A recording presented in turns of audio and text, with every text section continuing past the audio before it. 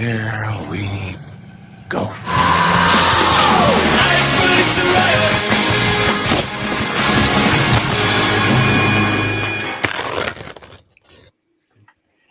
G'day fans and welcome to another exciting episode of Rip It Off the Card. It's funny because I was watching that intro where we ripped the thing off the card inside Aaron's store, but that's like a ghost town at the moment, isn't it, poor old Aaron? It's like nobody's ripping anything off in your locale at the moment. How you going, old son? You hanging in there or what?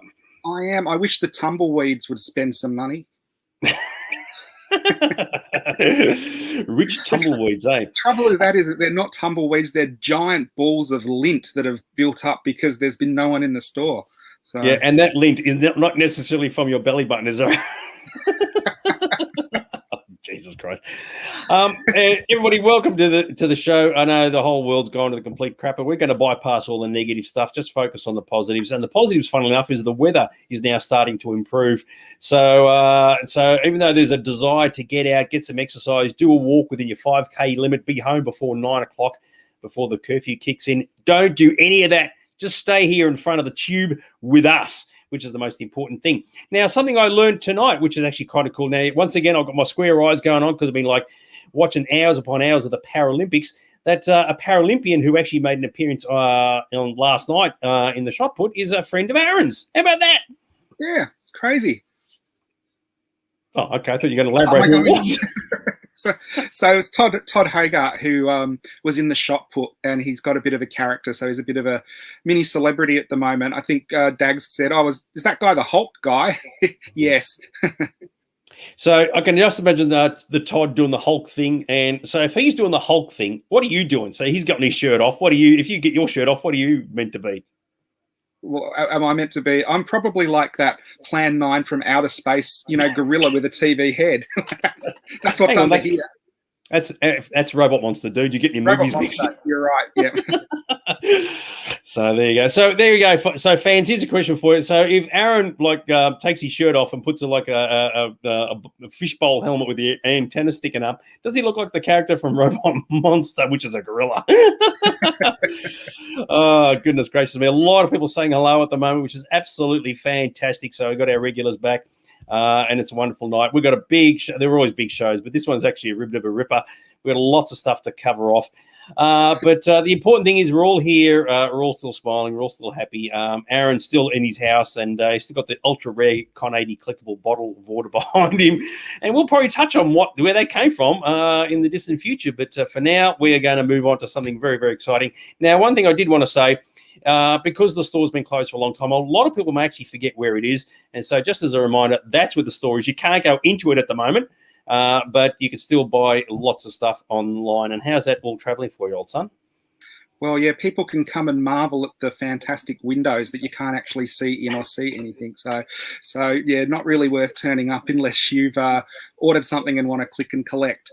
But I do have something interesting to say. I've been in lockdown, and as everybody knows, I collect a lot of stuff from all over the place in lockdown, and I actually got not one but two really good items this week. Now, the first one is an interesting one. We did the everyone knows I collect Doctor Who. We did the show on Doctor Who and talked about the different singles. This is an Australian version of the Dalek single. And what's interesting about this one is I got it this week, and it's actually one I sold about 30 years ago, because I can tell I sold it because it had a mark on the back.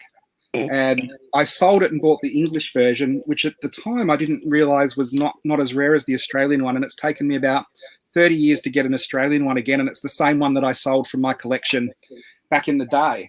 So sometimes for those out there who are wondering, how does he know it's the same one? It's because when Aaron first bought it, he went, "Oh my God, I'm so excited!" All the drool just went over the case. So it's his DNA drool that's on the cover. Here, go on. And the other thing that is really interesting, and I've never had this before at all, it's a 60s set of Dalek toilet soap, which is incredibly rare because you can imagine all the Dalek soap would have been used and thrown out. And this one has never been used. And I picked this up from a seller in Spain. And as you can see, the Dalek soap has not been used. It still looks like that little Daleks. It doesn't have any smell anymore. Probably smells more like Davros's testicle or something.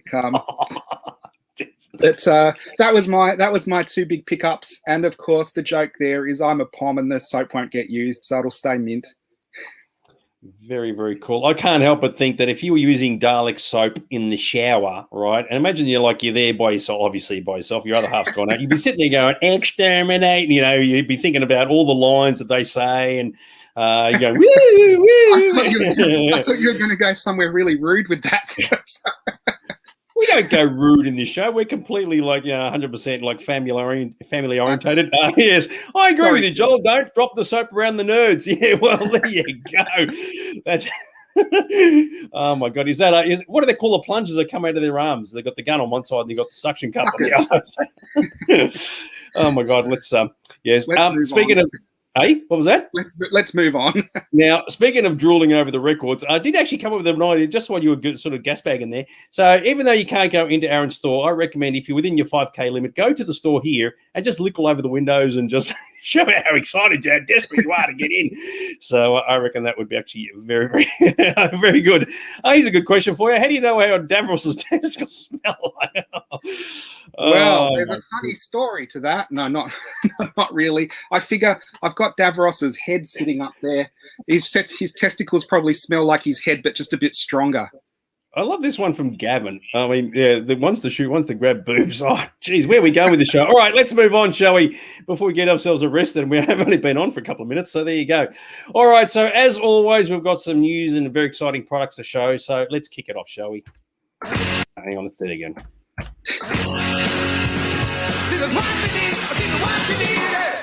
Very good. Very, very exciting. We're talking about some very, very cool stuff. Even Luke actually wants to pop into the store once he's over. He's in because, he wants to check out that Dalek soap.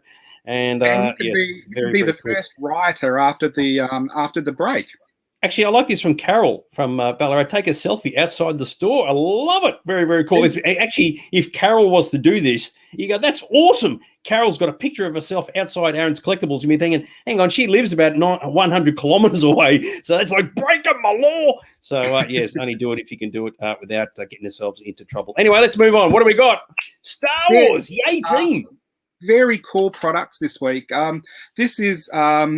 it's a Star Wars reimagined to look like ancient samurai. There's been a whole series of them. They've done Boba Fett and Darth Maul and a couple of other ones. So, of course, they're going to do the Mandalorian in his Beskar samurai armor with Grogu in his little pram, and I guess it's more of a trolley.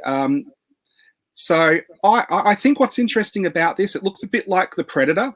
And it also is one of those things, if one of the Mandalorians turned up in the show with this armor, I don't think it'd look out of place. I actually think it looks pretty cool. So these things usually sell out pretty fast and they're hard to get in Australia, but it's around at the moment, just been announced. So if you're into the Mandalorian, this is definitely one that I would track down. Yeah, I don't know. It doesn't work for me. It just sounds like a marketing gimmick. But I got to admit, yeah, the old Grogu does look good, even though in this picture it looks like he's got something growing out of the back of his head. Yes, that's the little hair knot. Yeah. Yeah, the knob from the Razor Crest. But yeah, I got to say, yeah. Look, in my opinion, it looks good, but it's pointless. But yeah, whatever. So, yes, so you'd let me rip that one out of the card. Yeah, you can do that. Yes, it's very, very cool.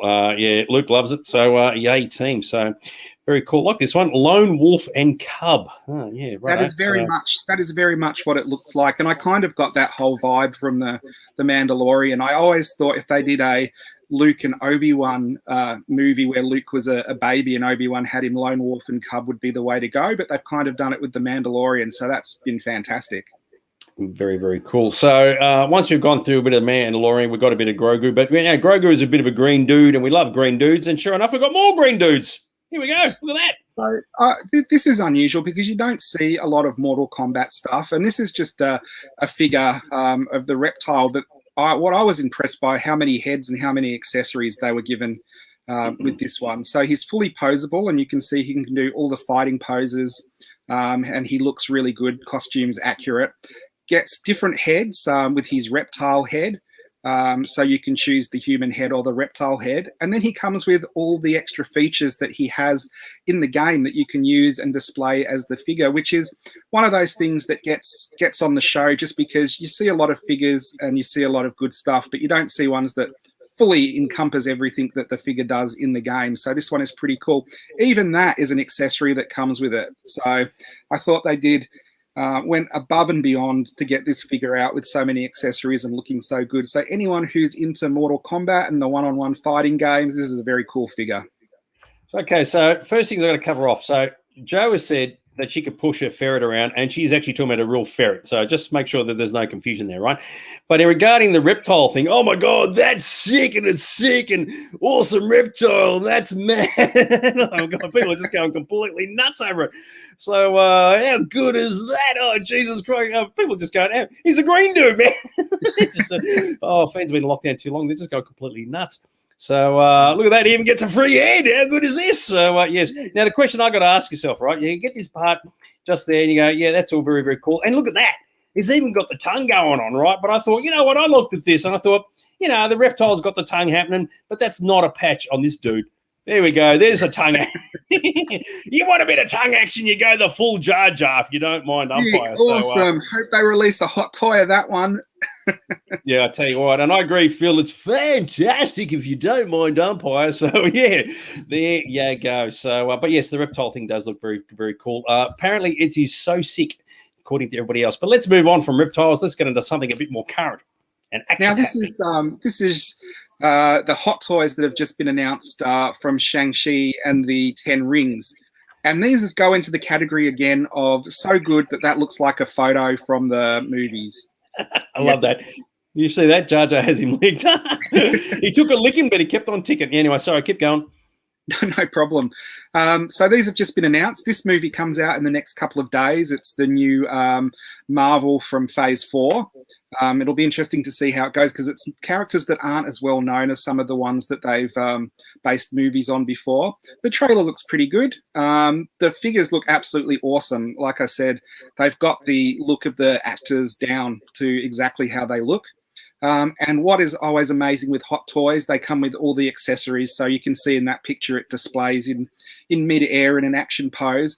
But the bad guy comes with some really awesome stuff. So Wen Wu, I don't know the character, so I'm not sure if I'm pronouncing that correct. But again, it looks photorealistic, and all the different accessories of like flinging out rings with lightning coming out of them.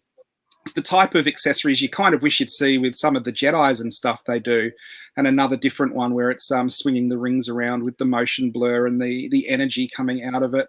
So again, I don't know how many people are into this stuff from the comics and how many people love the movie because it's not out yet, but they definitely have done the characters justice with the figures they're going to release, the accuracy and the amount of accessories that come with them. So every week Hot Toys release something, but I thought these were particularly nice. Here's a comment from Jess. Never heard of them, right? And to be frankly honest, I think chances are a lot of people haven't either. But once the movie comes out, and there's no doubt a gigantic success, you watch by like 6 months from now, there'll be like household names. It's the same as who had heard of Rocket and Groot before Guardians of the Galaxy. You know, Marvel are really good in taking a property that no one's really heard of and has like a core fan from the comics and then elevating it to household names. Whether this will do it, I don't know.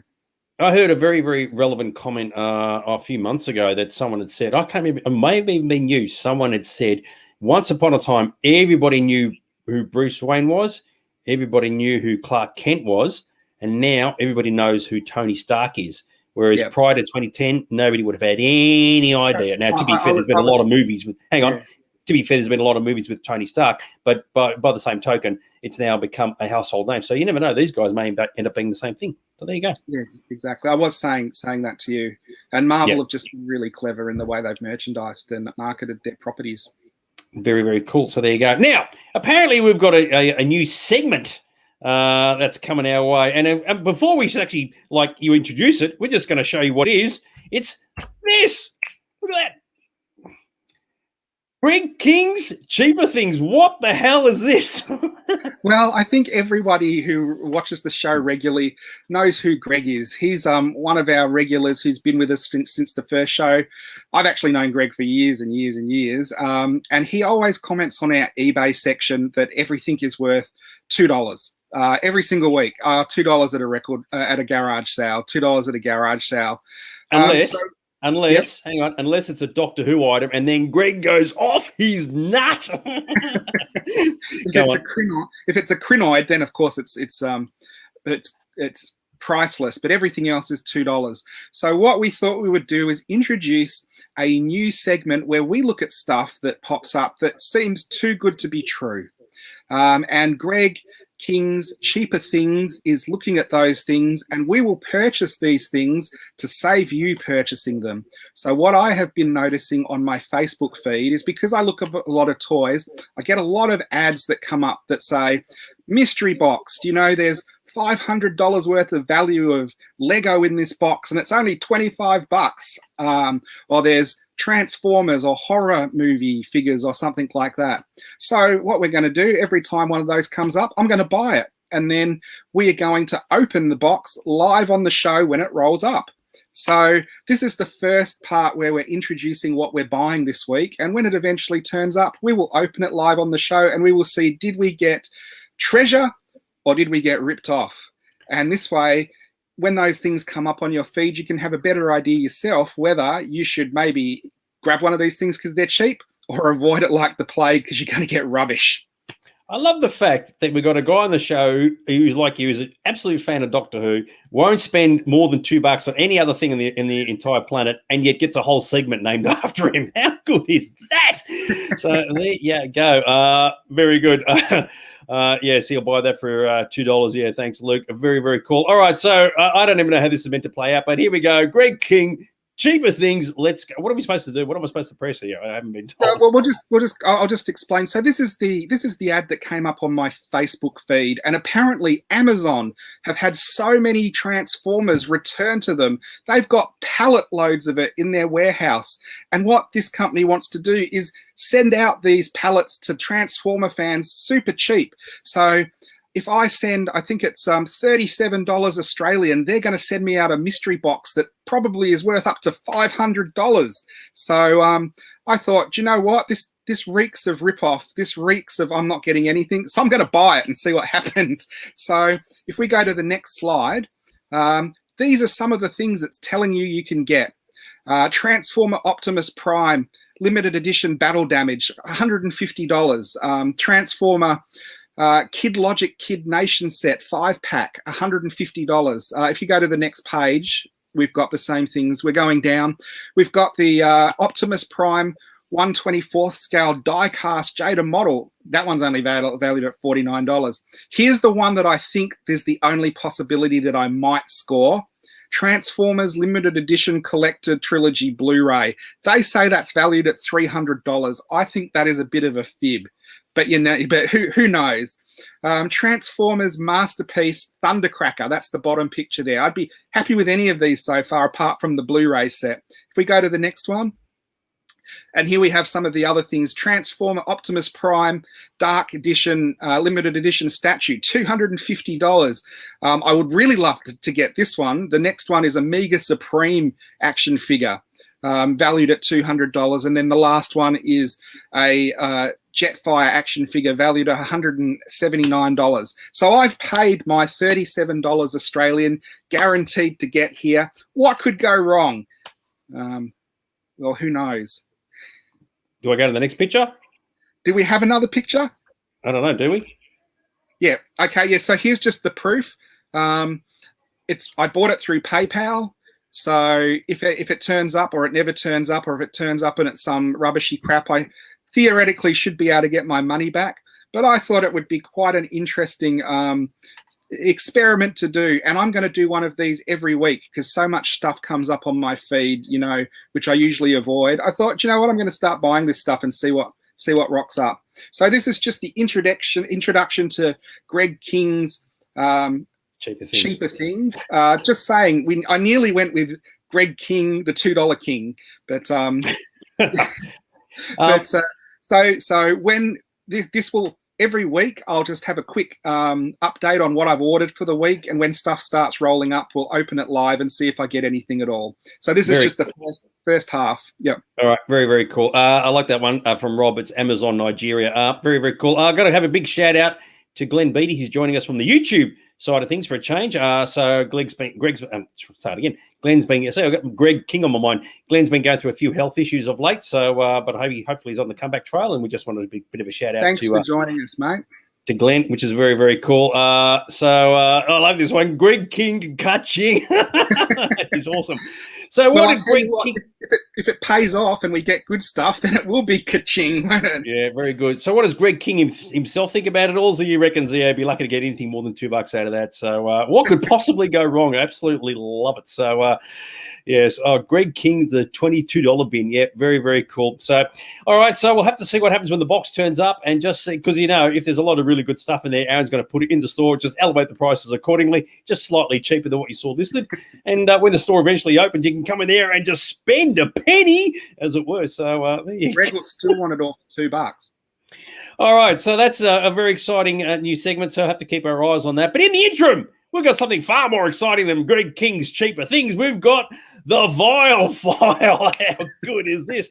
Now, last week, if you recall, we were discussing the Batman stuff, right? We had these particular items that came up, very, very inappropriate, very, very dodgy. And it was only after I went to bed, you can interpret this any way you want, I thought, oh my God, I missed one of the greatest lines of all time when it came to this. So I had to put it back into this show. Of course, you got to use the greatest quote, quick, Robin, to the bat poles.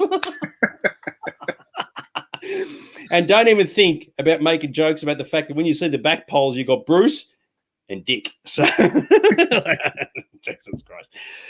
Anyway, yes, Thomas, hang on, where are you, Thomas? Yes, it's back. You better damn well believe it. Sorry, I'm pressing the screen's going too quick, so they're very, very cool. All right, so what are we discussing tonight? We're discussing this. What are we violating?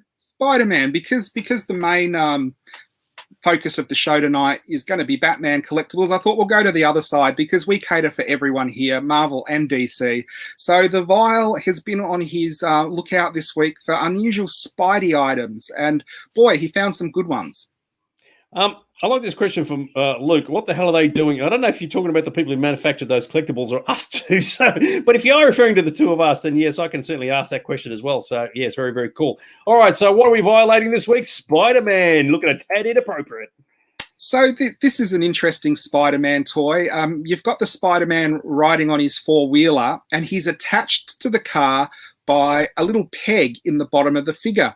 But it's a very, very misappropriate place to put the peg, because when you take him off the car, then you've got Spider-Man in wide thigh stance, kind of like Wonder Woman and her scissors, and you've got this really unusual little knob at the bottom of him, and the knob is what plugs into the car. But say you lost the car and this Spider-Man was just knocking about in your toy box, and someone who doesn't know that the knob is meant to insert into the buggy finds it, they just think you've got a really, really rude Spider-Man. So it's a case of insert tab B, tab A into slot B. I like this one. So Luke asked, what the hell are they doing? And then Christy said, don't ask. I love that. Very, very cool. Now, I looked at this and I thought, you could use a classic Star Wars quote here. So when Spider-Man or Peter Parker sees Aunt May, especially in the latest movies, you go, hello, what have we here? So, there you go. He's big. The other one on this here is the Spider-Man ride-on toy, ride-on ride, which you can, go and insert coins and climb onto Spider-Man's back, mount him even, and then ride him. But they've got the figure on that one, Dags is circling, so accurate that Spider-Man actually has a visible panty line. Now, we know Hot Toys is really accurate for its detail, but when you're building a toy for kids to ride on, you don't expect that level of detail. What I think has probably happened there, the figure that you mount has probably been reappropriated. It was a female figure and they've just repainted it as a Spider-Man. But yeah, like we've got the Spider-Man with his knob and insert tab, and then we've got the other Spider-Man ride with the visible panty line. I like this one here, T-Bag. Yeah, good on you. Where are we? It is spider senses were tingling for all the wrong reasons. And yes, it's just called a Spidey bit, I suppose you could say. So there you go. But I think it can't get any worse than this, surely. Well, this Spider-Man, obviously, the little tab that was on the car, that was actually something that is anatomically correct for Spider-Man, because this is a balloon. And, you know, it's lucky we didn't see the Vial inflate this balloon, because I think the show would be cancelled instantly. But again, the tab where they've put the hose, or where you insert the air hose to stick the helium into this particular balloon, has to be one of the most, again, inappropriate places to put it, because once it's inflated, it just sits there hanging down. You know, I don't know what they were thinking when they did that, but there's not a kids' party anywhere there that's going to be welcome at. More a adult bachelor party, maybe. I had to mute myself then because I thought I don't want to interrupt you talking. Oh my God. I think the greatest quote I've seen is from Jess. My gosh. Oh my goodness gracious me. It's a weird. Oh God. You know what? I'm actually crying and I can't see the comments because my eyes have gone blurry. So yeah, it's got a mark. Oh dear. Oh golly wolly wolly. That's just wrong. I mean, and of course you have to hang on to that if it's a balloon, as you said. Well, you don't and have to hold on to it's a windy day and the balloon's sort of moving up, and you know what? It's just not good. So you can just tie it off with a piece of ribbon and carry it around by his testicles. I'm gonna have to move on. I get myself in a lot of trouble. Yeah, so I agree. The Thomas said it's just too funny. You would have thought the people manufacturing this would have been aware of this. But anyway, we'll move on. Okay, so there's something a little bit more normal. What have we got here? Okay, everyone take a deep breath and have a pause. And I thought before we go to the next item, we would show like Aunt May from the latest version of the Spider-Man movies. It's really nice to see Marissa Tomei, and obviously the Vial would probably like to investigate her, but she's normal and we're not going to let her be violated. What we are going to let the Vial play with is this next item. This is the Aunt May from the famous Covers series, and it really is one of those action figures. If you didn't know it was Aunt May, you would be, oh my goodness, what is it? Why does she have such massive hands? Is Aunt May going to eat me in my sleep? You know, there's good action figures and there's bad action figures, but like whoever thought this was good enough to go out and to go into people's collections, I don't know what they were thinking. Again, it's one of those things where this is more of a figure for adult collectors. This isn't one that a lot of kids would have gotten open to play with. So how this got through, I don't know if they were trying to do a Stan Lee figure and then changed it into Aunt May or something, but this is a particularly bad Aunt May, and this is why the Vial finds her so good. When Aaron first sent me through these pictures, and I was in a bit of a rush because I went to the Paralympics, my brain said, "Who's this dude?" So, yeah, unbelievable. So, good old Aunt May. Yeah, not from the previous picture as we saw, but this current version. What you have to say about poor old Aunt May? You definitely have to think she, along with all the stuff we've just seen previously, has been violated. Oh my goodness gracious me, how good is that? Oh, so wrong on so many levels. All right, we got to move on. We're going to run. Look, it's going to be a late show, guys. Everybody's in lockdown, in curfew, whatever, so we're definitely going to run over time. We're already running like late, and we haven't even got to the most important part yet, or the second most important part. It's this. Ooh, baby, do you know that's... There we go. All right. So, and I like that comment from Rob. Yeah, you thought it was something from the Golden Girls. Yeah, actually, yeah, it was. Maybe could have been too. So there you go. All right. So what are we talking about tonight for our eBay section? Last week we were talking about how. Sorry, that's got away from me. We're talking about Batman collectibles. The theme for tonight is Black Man. The theme for tonight is Batman. So we're looking at the price of your Batman collectibles on eBay. Are they high or low? Whereabouts are the items that we're going to show you?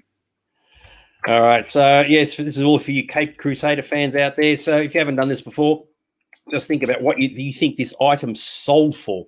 So don't look it up, don't cheat, don't Google it. Just take a punt. It's all just a bit of fun. But what do we got? Well, this is an interesting item because I had to qualify this one putting it in, because usually I only do stuff that's sold on Australian eBay. This was sold on American eBay, but you can see the item was located in good old Glen Waverley, Victoria. So pretty close to me and Dags. So this is 3 graded comics. You've got Batman, Superman, and Superboy issue 1. Two of them don't have their covers, so they've been ripped off. So they've got a totally low grade. I think they're 0.5 out of 10.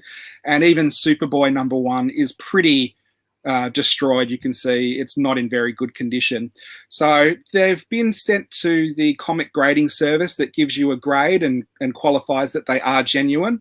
They are very rare comics. You know, you never see issue 1s of Batman and Superman come up in any condition. But how much would you be paying if the covers were ripped off?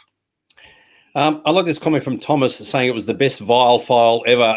Yeah, you wait. The best one is whatever as you like to say, the next one. So, but yes, we like to keep them coming. That's for sure. All right. So, what do people think these are worth? It'd be very, very interesting. So, Adrian has said 2,000. Gavin has. Hang on, I've lost it. Gavin has said 3 cents. So, Carol's at 3.50. Thomas is at 25. Jess is at 13.50. We are doing this in Australian dollars. Ange is at 12.22. Joel's at 7.20. Chrissy's at 10. Oh, Natasha with her with the little dude, her firstborn. Happy to hand him over for 13 grand. Collins at 200. Lucas at 1,100. Williams at 2,000. Mark is at 600. Rob is at 500. Greg King, cheaper things himself, $2 each. I tell you what, how good is that? So. Yes, the fact that it is a shame that they are actually in such bad condition, but it is the way it goes. And violating these comics is $150. So there you go. All right, so what do we reckon they went for? Superman 1, Batman 1, Superboy 1, Golden Age comics completely and utterly destroyed. But there you go. And they went for a whopping $16,000. And I could, without even looking at the screen, there you go. 13 grand. And Natasha, you got an extra 3,000. Sell the little dude, your firstborn, and you got him. Dags, you're actually wrong. 22. Oh, well, she still wins. You're right. That's the American dollar. So I got to say it's 22,000. So, yep. I don't think anybody got higher than that, did they? No. Well, I can tell you who didn't get it. Gavin didn't get it at 3 cents. So, sorry. Anything you want to say about this? The only thing I can say is I have seen a torn off piece of page, so about the size of a 20-cent piece of the Superman issue 1 sent into not AFA, to CGC to get carded and slabbed. And that was graded as ungraded because it was such a small piece. And that went for over $100 just for a torn off corner of the comic. So that is an incredible price for torn up comics. But you've got to remember, you're talking hundreds of thousands of dollars for those number 1s now. So for someone to get like ones without a cover, you can buy reproduction covers and you've got the original comic. I do agree with Joel. I think that's insane.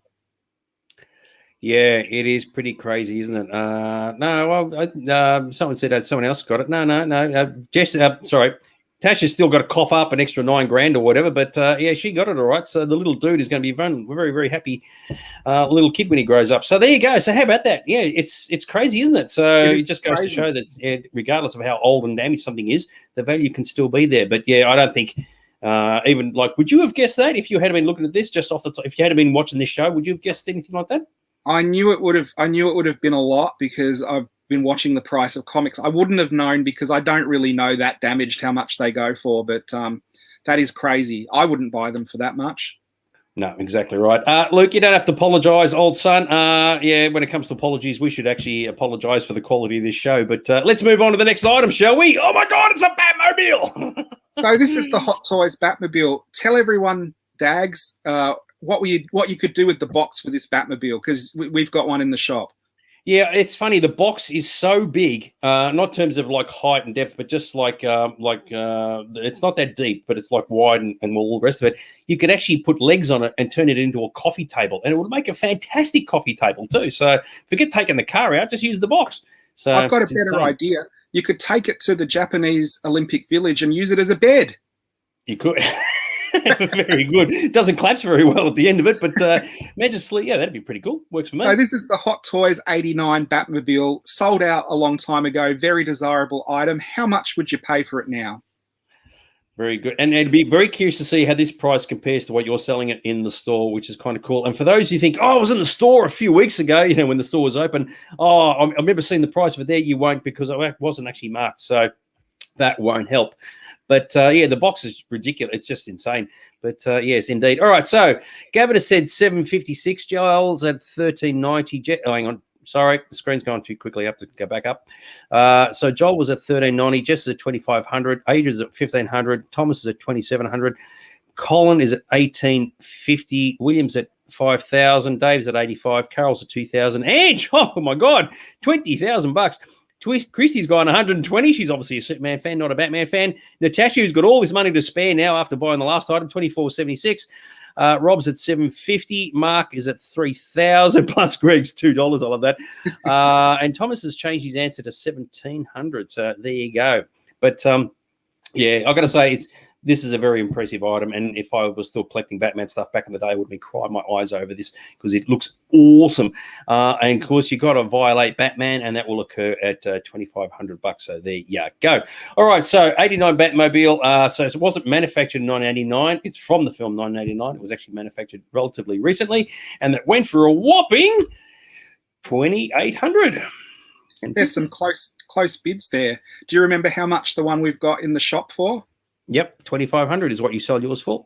Yep. So well, we've still got it. So the people who bought this could have come into the shop and saved themselves $350. Off the top of my head, I have to do a bit of a search. Natasha may have this again. She's still about $300 short. I think there was a 2,800, wasn't there? Could be.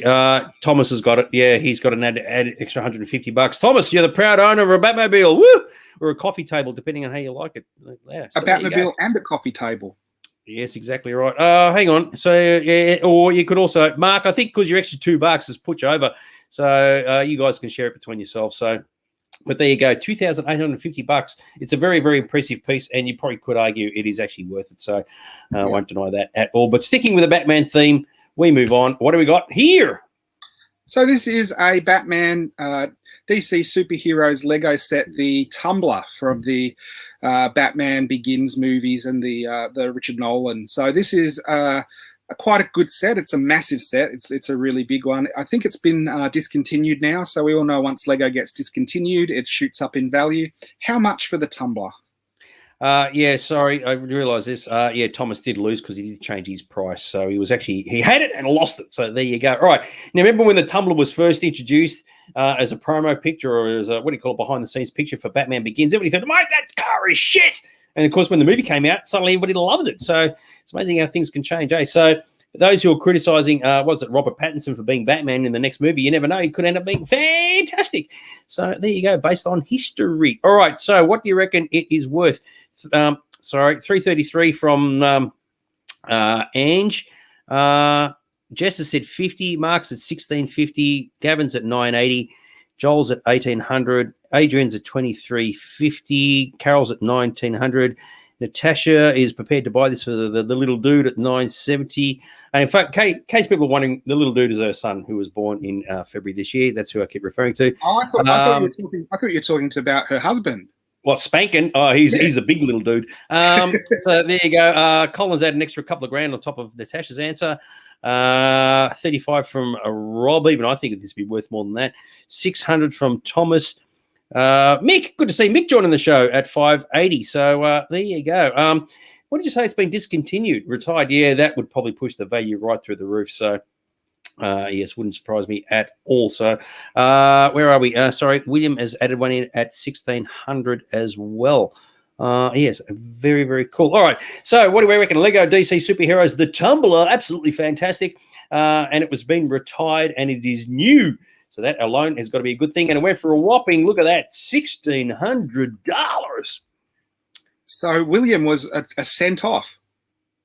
Was he? Where's William? Oh, yeah, he was too. Oh, well, you get 1 cent back, William. How good's that? And the crazy thing about that, you can look and there has been 73 of them sold. So this one is a seller who's obviously got a lot of them and is just selling them. And I think this must have been a shop or a warehouse or a company somewhere that when they came out just sat on them till they were retired, because when they came out it would have been about a $500-600 toy, but by investing in it, sitting on it for a couple of years, they've tripled their money. Yeah, that's just crazy, isn't it? Eh? But yeah, when everything is brand new and it doesn't exist anymore, it's got to have some value associated with it. Do you know what this would have cost brand new when it was first available? I think they were about 500 when they came out. Yeah. Oh, geez, how's that, eh? So, yeah, someone said ka-ching earlier regarding a Marvel item. You can certainly say it with this item as well. All right, fourth item. Oh, not the pops. We had enough of those last week.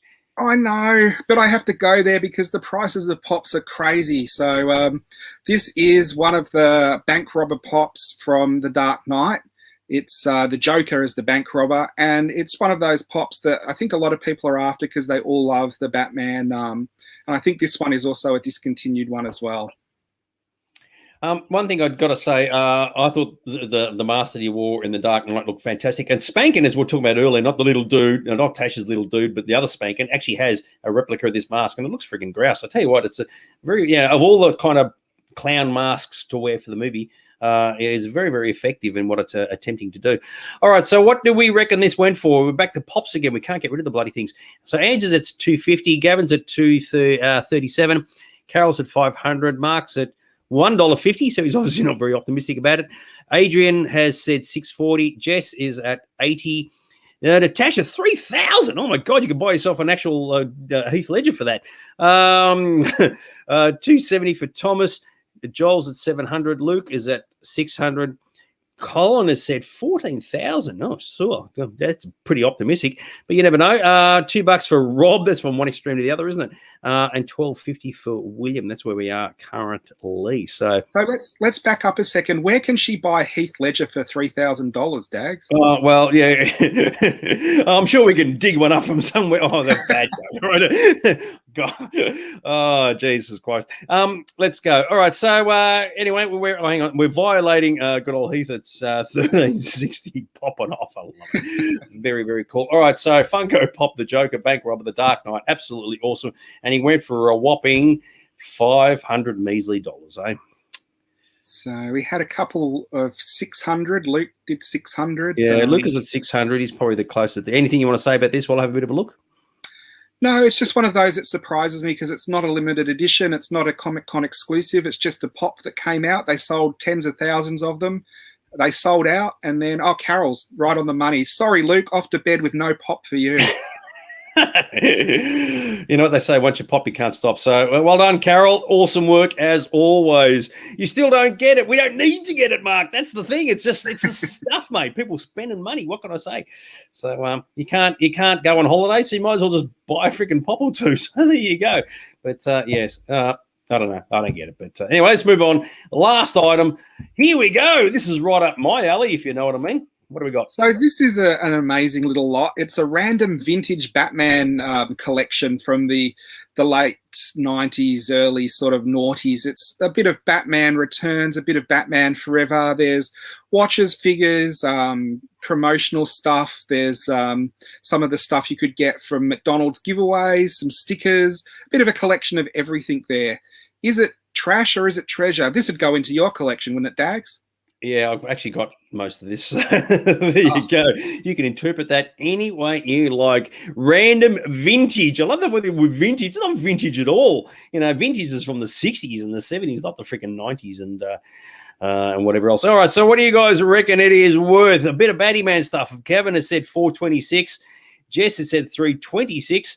Natasha and the little dude has said 200. Mark has said 50. Adrian has said 400. Rob has said 25. Williams at 250. Oh, Greg, you're killing me, dude. The $2 bin for Greg. Oh, mate. Oh, geez, you're breaking my heart. 388 from Joel. Colin said 500. Carol said 670. Mick has said 250-ish. I like that. Thomas is at 950. Luke is at 1,000. I like Luke's optimism. Considering I own most of this stuff, it was worth $1,000. I'd be pretty happy. So Very, very cool. And that's where we're currently at. So yeah, we got the Batman, the ride, and all the rest of it. Violating Batman collectibles at $650 is the vial, which is absolutely awesome. And yes, it's very, very cool. And ironically, some of this stuff is exactly what we're going to be talking about in a few minutes' time. So there you go. All right. So random vintage Batman collectibles. This is clearly someone who's just said, I got all this shit. I need to get rid of it. Sounds a bit like me. And the price went for a whopping, look at that, $2.25. Friggin' Greg King. What I think is funny about that is Greg Kinn's comedy answer won. It is broken. That has just broken my heart like you would not believe. I'm shattered. But anyway, anything you want to say about this? No, it's one of those things, like there probably isn't anything amazing there. But even if you got that for $2 and I chucked it in the shop's $2 bin, there's probably $30, $40 worth of $40 worth of $2 items there. I was surprised, but that's one of those things where if someone's looking for that Batman the Ride cap and they listed that, and it might go for $50, but because they've bundled it in with a lot of other crap, people looking for that are not going to find it, and then it goes for nothing. Yeah, and the sad thing is there is actually some rubbish in there. There's no denying that at all. Stuff that would not even be worth reselling. But yes, yeah, good on you, Joel. Yep, made for Greg. Absolutely. So, and I agree with you, Joel. You do have to laugh. You know, some of this stuff is nearly 30 years old now, but we're close to it. And yes. But the interesting thing about that, I nearly used one of those items last week for the vial file because you've got the Batman Chuppa Chop holder and you have to push the button on his groin. And that would actually turn the Chuppa Chop if there's a battery in there. So you've even got like a novelty funny item in there too. Yes, as sad as it is, yeah, my one, the batteries went flat, but the Chuppa Chop is still in there, so I haven't gotten rid of it. But I guess that sort of brings us on to our discussion. So there we go. We are way behind schedule, so just deal with it, kids. We've got nowhere to go anywhere. It's going to blow out. So, it's going to blow out tonight. Sorry, so I cut you off. Hang on, whoa, I cut you off. What'd you say? It's going to blow out tonight. We're going to go late, aren't we? Oh, well, yeah. It's all about the blow. What can I say? Anyway, what are we talking about tonight?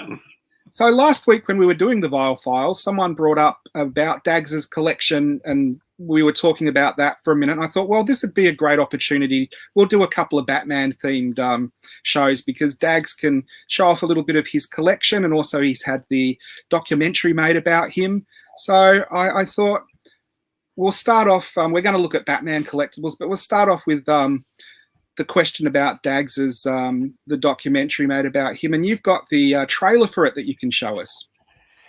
Yeah, so some people already know about this, some people don't, but there was a documentary film made. There's a long story as to how and why and all the rest of it, but before I sort of go through the gas bagging, yeah, there's a trailer. It goes for about a couple of minutes, I think. I on the subject matter, but I didn't make this. I wasn't involved with the production whatsoever, but we might put this on.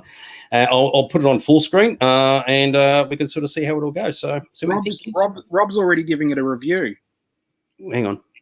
Oh, yeah, batshit. Yeah, I don't. You know what? That's probably not far from the truth. So there you go. All right, let's have a look at this and we'll see how we go. A hobby is something you do because you enjoy. Collecting is something you do because you feel you have to do.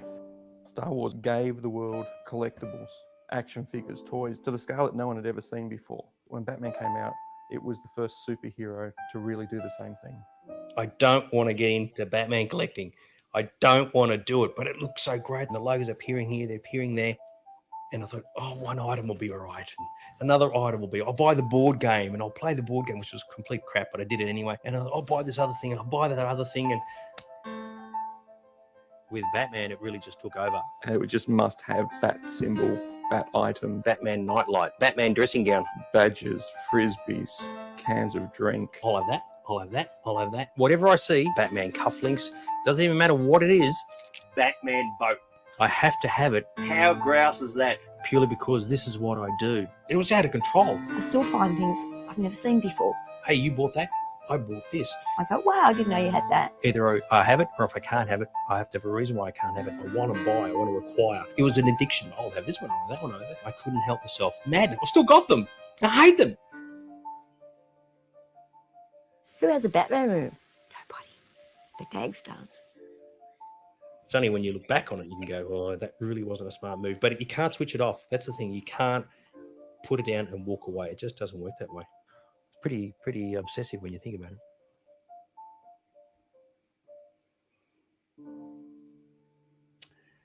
So there you go. Hopefully that played all okay.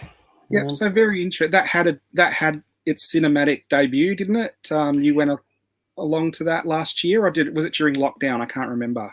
Yeah, the producer of the show, Michael Wayne, he was on a radio interview, and they asked him about the positives and negatives of doing stuff like this. And he said the worst thing you can do is release a new movie in the middle of a COVID lockdown, which is what happened last year. So it was released in a few film festivals, mainly around the world, but it did eventually appear for one night only at the Nova Cinema in Carlton. I got to go along to that with a couple of people, but it's actually looking for distribution overseas at the moment, and apparently, because I'm not involved with any of this stuff whatsoever, it's due to be released at some point very, very soon. Yeah, sorry, again. What are you going to say? So what you have in common with Scarlett Johansson is your big picture was released for one day in the cinema and then pulled because of COVID.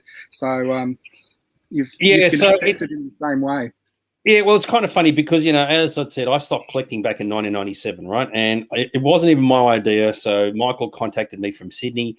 He just sent me an email one day and he said he saw my website, right? And my website, if you sort of want to have a quick look, it looks a bit like that, right? It's pretty boring. I just discussed my collection. But what he appreciated was the fact that, one, I was really honest about the positives and the negatives of Batman collecting, and he was more interested in knowing why I stopped. So he was looking at it from a psychological point of view of someone who took collecting to had an addiction with it, couldn't stop doing what I was doing, buying a lot of bat shit, as Rob said earlier, and what made me sort of turn it all off. And he went through this. It's a long movie. It goes for like nearly an hour and a half and all the rest of it. So, he came down from Sydney and he brought his film crew with him on a few occasions and, filmed all this stuff. And the whole time I was thinking, are you sure this is what you want? Because I was like, it's just focused on one person. It's like it's not everybody's cup of tea, but it has got some good reviews from people who are. It's not designed for Batman fans, and that's what's caused a bit of confusion. There have been a couple of reviews who've attacked me personally because they've said, "Oh, I hate Batman. I hate this." It's like, no. It's actually about could have been about anything, but it's a collector who took something to an addiction and then stopped. And the psychological makeup that puts it all together. And that's primarily what the thing is about. So there you go. Well, what we're going to be looking at in the show over the next 2 weeks is the rise and fall of Batman collecting, looking at the first 4 Batman movies. And would you agree with me, Dags, that the first 2 were sort of the ones that you were into the most and they hit the peak, and then after the first 2, they kind of came down the other side where they weren't as good?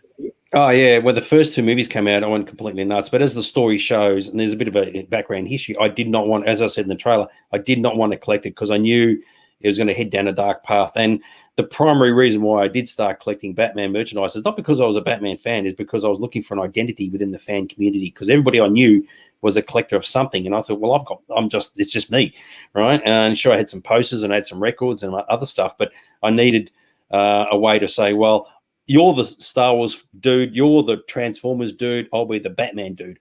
And that's how it worked. And as a consequence, I ended up with that much stuff that was given to me as gifts, like from girlfriends and Christmases and birthdays and whatever else. And that's how that's where it all sort of exploded from. Excuse me. So there's a couple of comments here. So it's interesting because I didn't even get to see the film until it was finally released. So Michael finished it, and he said he knew I was going to be contacted by newspapers and TVs and shows and whatever about my opinion, and I needed to have seen it. So I had no involvement whatsoever in terms of how it was edited, the production, all the rest of it. So it was completely, it was new for me too. That's for sure. So were you happy with how you were portrayed in the end? Yeah, there's only 2 areas I thought, I can be misquoted on a couple of things, nothing to do with Batman, to do with costuming and all the rest of it. And I thought, because I couldn't remember what I'd said in the interviews because it was like a 5-year production. And I thought, I can't even remember what happened. It's like, hopefully I still agree with everything that I've discussed. But it was only towards the end I thought, there's 2 things that I thought, if I could clarify what I said in that point, I would. But the rest of it I thought was quite good. And Lynn's portrayed well, and NPS is portrayed well. So I had to look at it from 2 perspectives. One is someone who is involved as the subject matter and someone who knows a bit about filmmaking. And there's some aspects of the show which I thought were outstanding. And I thought, wow, that is really, really well done. But there are other aspects I thought, I would have done that differently, maybe edited it a bit shorter and whatever else. But overall, it was quite good. But the irony being that as someone who stopped collecting like 20-something years ago, ended up with a documentary made about it, versus people who are still collecting today. Go figure that.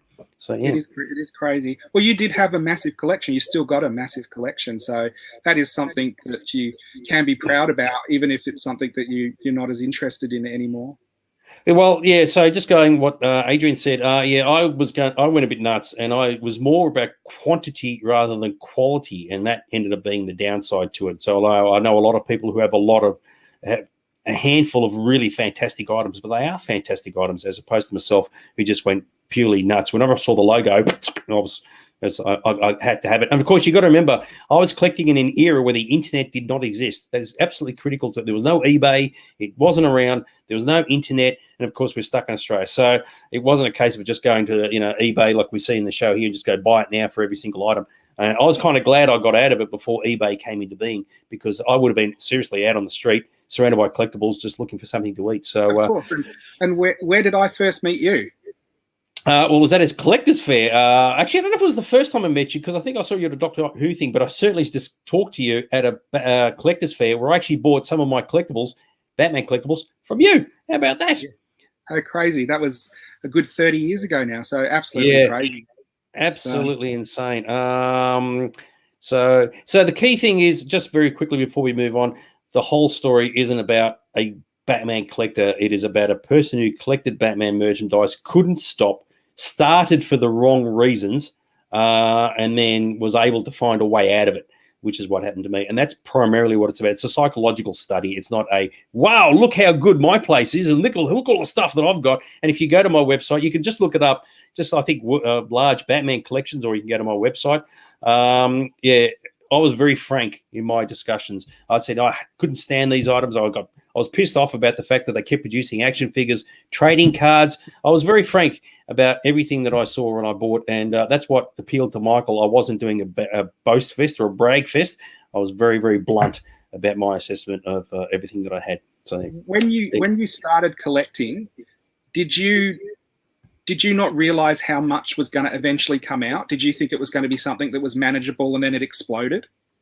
Yeah, no, I don't think you do think of things like that. Suddenly there's one movie and you go, oh, I'm buying all this stuff. I'm sort of getting sucked into it. Then there's another movie coming out, and I love Batman Returns. It was absolutely awesome. And then Batman, the animated series, comes out, and then Batman Forever. And it's like, it's starting to snowball. And the problem that I found is that I was buying items I didn't like. Okay, and I'll make that very, very clear in the show. Now, it's one thing to say, oh, I've bought, and I'll use this as an example, I bought this Batman pen, but I love this pen. It's absolutely awesome. I'm glad to have it. But I was buying things I hated. I remember specifically picking up some Batman Forever jigsaw puzzles, the first Batman Forever stuff I bought. And I'm going out of Kmart buying these 3 jigsaw puzzles. Like, they look shit. It's like, why am I spending $30 on these things? Because I couldn't control it. It was in my brain. And I thought, half of me saying, don't get this stuff. But I couldn't stop myself. And that was the thing. I was buying stuff that I didn't like. And that's why I say to collectors, if you're going to collect something, do it because you enjoy it. Buy the things because you like them. Don't force yourself to spend money on items you are not necessarily going to regret, but you are going to look back and go, mate, that was a waste. So that was my problem. So, and that gets covered off in the movie. By the end of this episode, I think you'll be back in the collecting bandwagon again, because we're going to look at some awesome stuff now. And Dags and I are going to talk about the items that have come out for the Batman movies and what we think about them and what there was. And there was a lot of stuff. Well, I was kind of lucky because just with my last little piece on this, the amount of stuff that did come out after the fact, like that Batmobile that we saw earlier, the coffee table bloody thing, right? Back in the day, I would have gone completely nuts over that. And I got out at the right time. Ironically, I was able to escape. And before the adult collecting really came into play, producing merchandise for adults, $2,000 items and $1,000 items. So I missed all that, and I'm kind of glad now. So I class myself as one of the lucky ones. The only downside is I got a frigging a storage shed full of the shit I can't get rid of. So there you go. So anyway, I don't know if the movie will come out anywhere at some point. Now, at the moment, there's nowhere to see it. But Michael did contact me a couple of weeks ago. And he said they are trying to get overseas distribution rights, and maybe it'll appear somewhere. So, cross your fingers, kids. So thank you for sharing the trailer with us. And I'm sure if it does come out locally, we can probably organise a group viewing a screening somewhere if there's the opportunity to do that. Totally agree. Yes, Mark, you do it because you enjoy it. And Mick, when I bought my house or built my house, actually, I set the room aside specifically to set the collection up. But by then I'd stopped collecting. So it was just a case of get it out of boxes, put it on display, and away we go. So very good. All right. So we move on. What are we talking about? So here we go. We're going to look at the today. We're going to look at the first two Batman movies that were done by Tim Burton. Sorry. I just realised I forgot one last thing.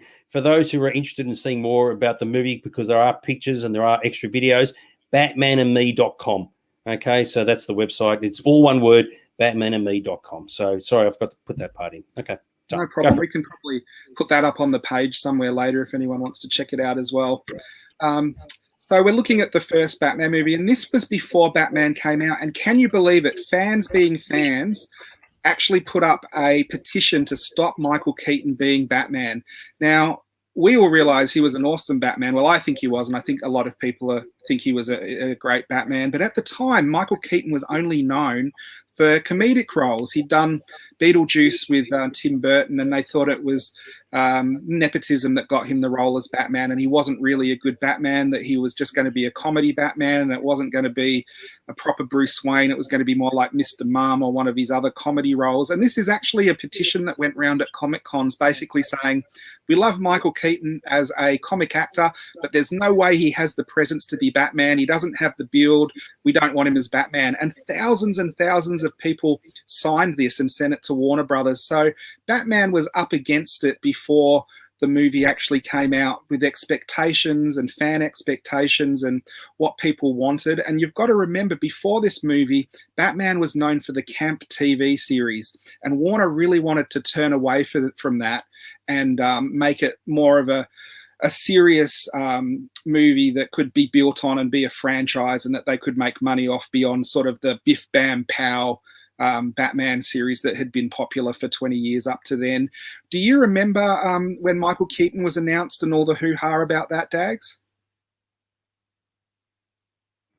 Yeah, it was a bit of a big deal, isn't it? And I didn't really know who Michael Keaton was. I saw him in Beetlejuice, but other than that, it didn't put two and two together. But yeah, there was a huge amount of backlash. And it's actually, it echoes exactly what I said earlier about Robert Pattinson, for example. I don't even know who he is. But, you know, attitudes can completely change once something comes out. And I thought, as in Michael did a fantastic Batman, but he was not a very good Bruce Wayne, if I was going to sort of separate the two. But yes, there was a lot of angst at the time. Well, as we know, the movie came out and it was popular. In fact, there was reviews that were saying it was the movie of the decade and the best superhero movie ever, and that you know, Michael Keaton was amazing, and that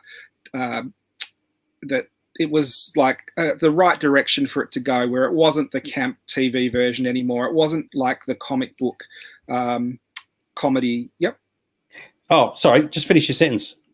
It wasn't like the comic book sort of comedy that everyone was expecting. It was a serious movie that had a lot of money used to make it. All the roles were taken seriously. It was a dark DC, the Dark Knight detective type movie. The thing I thought about, it's very funny when you look back upon it today, it was the first time you saw Batman in the whole black outfit, right? You know, prior to that, as you said, it was all the comic book sort of look and style and whatever. And I think that's what really impacted me. I was like, oh my God. And I actually mentioned this in the movie, that when you said there's a still photograph, it's a very blurry photo of the Batman character walking through the museum, the Guggenheim or Flugelheim Museum, and it just looks stunning. And I thought, oh my, it's just this blurry behind the scenes photo. But it's today, Batman dressed in the whole black rubber thing is just the norm, whereas that was the very first time you ever saw that. And that sort of outfit, and it's like that. It was just a massive button pusher. So yeah, I remember the first time I saw Michael Keaton as Batman. Again, it was a bit of a blurry picture. It was that publicity still where he's in the Batcave, standing in front of all the TVs, which that's the earliest. And I remember seeing that and go, "This is going to be good." And it was good. It didn't disappoint me at all. All my friends were into it, which was unusual because I was always the nerd and into stuff that no one else was. So Batman was very popular and it was an instant hit. And when you have a hit like that, you have the merchandise that starts to come out. Exactly right. So yeah, right, Jess. By today's standards, yeah, when people look back retrospectively, Michael Keaton is the best. And I like that. Yeah, you want to get nuts. Come on, let's get nuts. Yeah, some great quotes that came out of that that movie. So Yes, exactly right. I just got mental blank. I was trying to think of the thing with Bob. Bob gun. Anyway, merchandise. Let's move on. So I guess the first are thing my you number were gonna one see- guy. Very good. Okay, move on.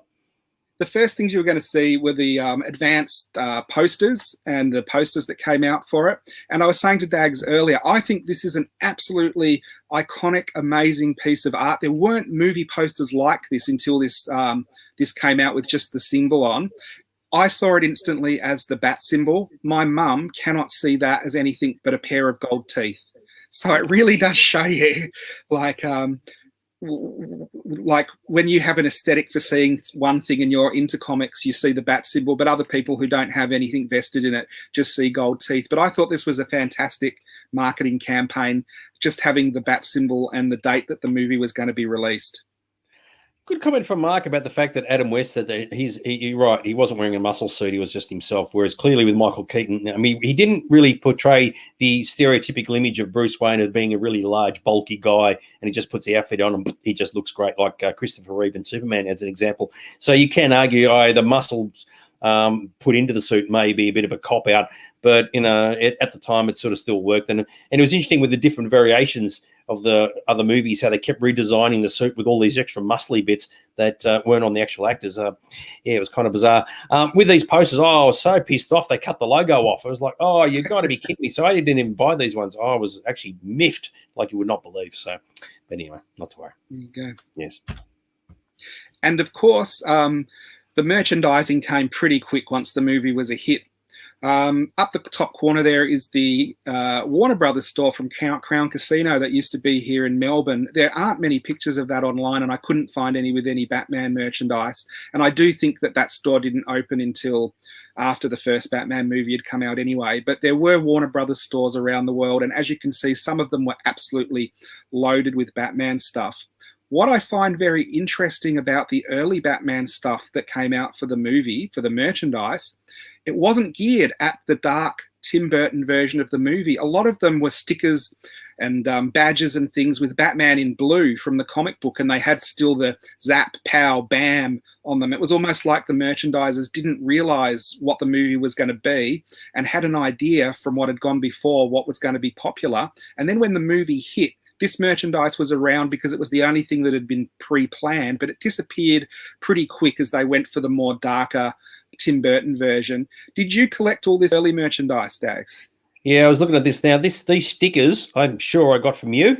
Yeah. We're talking about the collector's fair earlier, and I think maybe even these large badges as well. I could not work out what the badges. They're actually badges with pins on them, so you can pin them onto your shirt. They're ridiculously big. I don't know why I'd even bother. I got the cardboard stand up over here and a couple of other things floating around. But you're talking about the Warner Brothers store. I was just sharing a story with you earlier. When the first one opened up in Doncaster, I went along thinking, oh, yeah, beauty, I'm going to go buy all this great Batman stuff. And every single, because of the way they charge their prices, every single item in the store was out of my price range. And I thought I couldn't afford it. Even the cheapest item was too expensive. And I cried. Oh, my God, I'm a Batman collector. I can't buy a damn thing. So, yes, that wasn't too good at all. Yes, a very sad time, but not to worry. So one of the earlier pieces of merchandise, and I guess this can come out quick because it's a food item, so once they've got it, they just pump it out, was the Batman cereal. And what I didn't realize was they gave away toys with the Batman cereal, but I did not realize that the Batman money box, which is in the second picture there, was actually in front of the box when you bought the cereal. So can you imagine the poor shelf stackers at the supermarket when all these cereals come in and they've got like a Batman money box like that's in the packaging of the cereal. So I think that must have changed pretty quick because it then turned into a kite and then it turned into comic books, which were obviously a lot more easier to package with the cereal. But what I find interesting with this is the bat cereal is actually little bats, and that they actually thought that Batman cereal, would resonate with kids, and it actually did, and it was actually amazingly popular. It's one of those things I would have not thought of was going to work. Did you ever have a box of the cereal? No, well, that cereal wasn't released here. That was only released in the US, but I do actually have a box of it. When I went over there in 1993, I was able to get hold of it, and mine is still mint in condition with the money box attached. And you're right, when you see the cereal shaped as little bats, you go, man, the amount of production involved making this stuff in the first place. It's like bloody hell. So, but yeah, that's the kind of thing like when you're overseas and you go, oh my God, I didn't realize these collectibles even existed. It's like you can do a Google search when Google didn't exist. And that was the thing. You go, oh my God, brain just went, oh, this is awesome. Well, that happened. Yeah. A lot of people don't realize this now, but a lot of like the Warner stores had exclusive merchandise, or Warner Brothers World had exclusive merchandise. And if you were a Batman collector and you went up there for the first time and you walked into the Batman ride, 90% of the stuff would have been stuff you didn't have, and you could only buy that day. So, and worse than and to make things even worse, if you said to them, "Oh, look, I want to buy more of the stuff, but Queensland is like 3,000 kilometers away. Can I get a catalog released every time you're producing new stuff?" They go, "Nah, you got to be in the store to buy it." It's like, you pricks. So I learnt that one the hard way. But yes, indeed. And we were talking about the posters, and these are some of the posters. And I remember these. These are in Minotaur. And there's the door-size posters at either end. You could get ones that covered your entire door, so it looked like Batman or the Joker were standing in the doorway. And when I was looking at the posters online, I had forgotten about these middle posters, but I remember seeing them in Minotaur in the poster rack, because I particularly remember the Joker one down in the bottom center. With him sitting on the deck chair with seagulls, and actually thinking, why would I want the Joker on a deck chair with seagulls? That's like a weird image to pick as a poster kind of thing. All of these are really hard to find now. Old posters are quite collectible because people pin them to the wall with either drawing pins or blue tack. So if they're on the wall, they fade and get damaged, and they get damage taken down. So these are quite early items and quite hard to find for Batman collectors. I was looking online, and some of these were going for hundreds of dollars for rolled ones that had never been displayed, which is amazing for posters that not even movie releases, they were just available at general shops. I just realised that with the cereal, the comment from Joel, it's an absolute classic mint and box, because cereal comes in a box. Yeah, team, that was actually very, very, very funny. You are right, Joe. Yes, there were actually Batman, what do you call it? Money boxes released in the shape of the character, but there were two versions, one where they had the word Batman written at the bottom and the one that was just plain blank. There was a question here about, was there an item that I actually wanted but never find? Yeah, there was two. One was the Corgi Batmobile. I never actually had a boxed one of those. I saw that in a collector's fair in 1993 for $500 American. I nearly cried. I never be able to get one of those. They had the radio-controlled Batmobile from the '89 movie, which I didn't even get to see one of those, which was absolutely awesome. And I missed out on getting one of those. But they're probably the two main items. But yeah, I would have given anything to have a boxed Corgi Batmobile from the 60s, but it just wasn't to be. So, but you're looking at these items here. I think I have this one rolled up, but these ones, a couple of these I've actually got them block mounted. I don't even know how they even got them block mounted. I didn't do it. Someone else must have done it. So, but I never bought anything that was related to the Joker at all, the Riddler, any of those other characters. I just stuck with Batman only. So, and I got. So if you would see the poster at the bottom left where Batman is like holding the Joker up, would you have got that, or just not because the Joker was in it? No, that would have been acceptable. But whether you have the Joker by himself, like this one at the top here, no, I wouldn't have been interested at all. I just bypassed them completely. I was like, I'm not interested in buying the bad guys. I just want the one character. So I just stuck with that. So that was my philosophy. Yeah. Now here's something interesting, and this is one of those things I found while researching the show, and half the merchandise in this I didn't even know existed.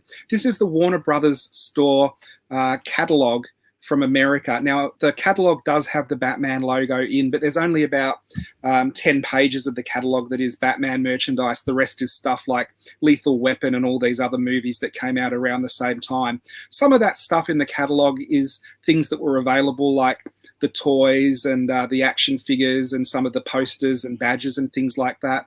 But I had never seen the Joker Jack in the Box and the Batman coins and the Batman bronze statue and the bat signal lights and things like that. And this is a case of one of those things. It would have come out in America and people who were fans over there would have had access to it. In Australia, unless someone like Minotaur Books imported it, good luck. We would not have seen half of that stuff. Yeah, that was the hardest part. And that's why when I went to the US, it was a shock to the system, thinking, oh my God, all the stuff that we just didn't even get in this country at all. And yeah, that really, really hurt.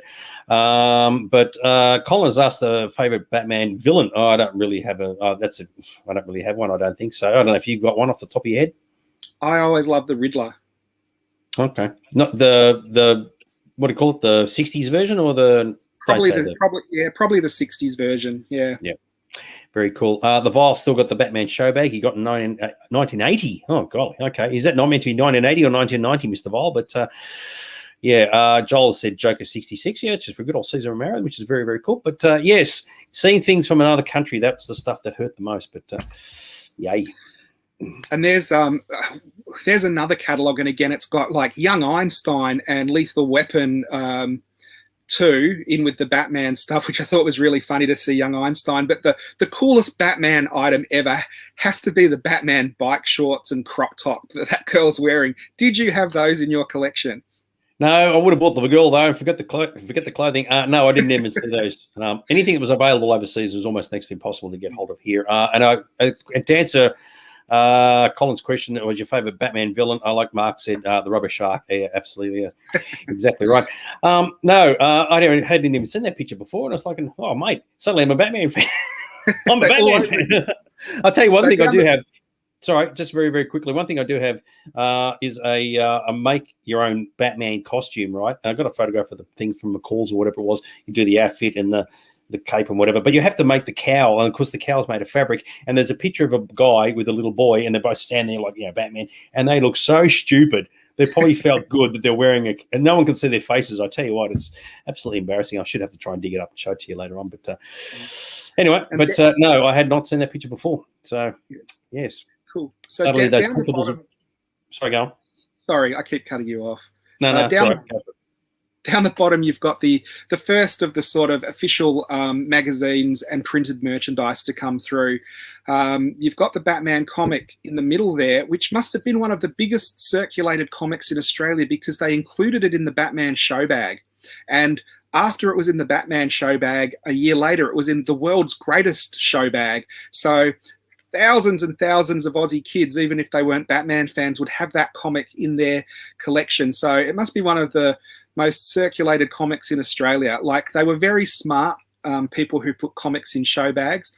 One of the things that I find interesting is there's a lot of Phantom collectors in Australia, and I often wonder, how do people get into Phantom? Basically, it's the same story over and over. He fights smugglers or he fights natives, and a lot of people go, oh, we got him in the show bags, in like not a Phantom show bag, and it gets kids into it at a younger age. But I remember the Batman comic was one of the first comics I owned because I got the Batman show bag and I hadn't really collected comics before. And I remember reading it and thinking it was a great comic. Yeah, typically the comic adaptations have extended scenes that get cut out of the movie because they're based on the original screenplay. So if you're looking for the director's cut, as it were, that's usually where you'll find it. Joe's made a very interesting point about the Joe Desirous section that was in the magazine, made him want to collect Batman. So for those who don't know, Joe Desirous was a Batman collector from way back, I don't know, the 80s, and he was like the biggest Batman collector in the world. And of course, he had all the really old stuff from the 1960s and the 70s. And the photographs in the magazine, we actually covered this off in detail in the Batman and Me film. His displays were magnificent, his glass cabinets and the lighting, and it's like you looked at that stuff and you go, mate, that is absolutely magnificent. And since then we've learned he's sold all his stuff off, and I actually know the guy who ended up with a lot of it because he's the world's biggest Batman collector. He lives in Atlanta in America now, but yeah, Joe Desirous was the dude in terms of Batman collecting at the time, and the pictures were just stunning. So yeah. Well, I nearly put those pictures in this display, but because they were of older stuff, I didn't. I knew this was going to run over tonight, but I might scan them and put them when I put the gallery up for this episode. I might put those in it. But his was an amazing collection because at that time, now people do, but at that time, no one had glass cabinets like they have at the shops in their house, and this guy had glass cabinets in his room displaying stuff like it was on display in a collectible shop, which was absolutely mind-blowing to me. And in the Batman Returns movie magazine, he comes back and shows even more of his collection that makes me even more greener with envy. He had a great collection. Yeah, it was one of those things you look at and go, is there anything in these pictures that I've got? And you go, I've got one item right there. The rest, it would be worth tens of thousands of dollars. It was absolutely spectacular. And it was if there was a dude to look up to, he was definitely it. But since then, since those days, he's gotten rid of it all. So, yeah, very sad. Now, the other angle that Batman did really well in that a lot of other movies had tried and failed was it tied in well with the pop scene because they got Prince to do the soundtrack along with Danny Elfman. And Batman is one of those rare movies that has two different soundtracks. It has the orchestral Danny Elfman score, and then it has the Prince Batman soundtrack that has about 19 songs, and about 3 of them are from the movie, and the other ones are all inspired from the movie. Now, interestingly, I like Prince, but I didn't like his stuff for Batman. I preferred the Batman Danny Elfman score. And when you have the Danny Elfman score and they expanded it in sort of the Batman animated series, I was just like, I wish the whole of the movie had been like that. That said, there were times when, you know, the Joker puts on his boombox where it kind of was appropriate to have that music in it, but the music didn't do anything for me. Did you collect all the spin-offs of the music and the stuff like that? A couple of them I did, yeah, for the Prince albums, because some of them were actually quite good. But I agree with you. I did not like Bat Dance at all. It just did not work for me in the slightest. But some of the covers and some of the styles were very, very nice. There's nothing here that sort of like screams at saying, oh, I've got that. But yeah, there was sometimes you would buy, like, for example, I actually sold it in your store.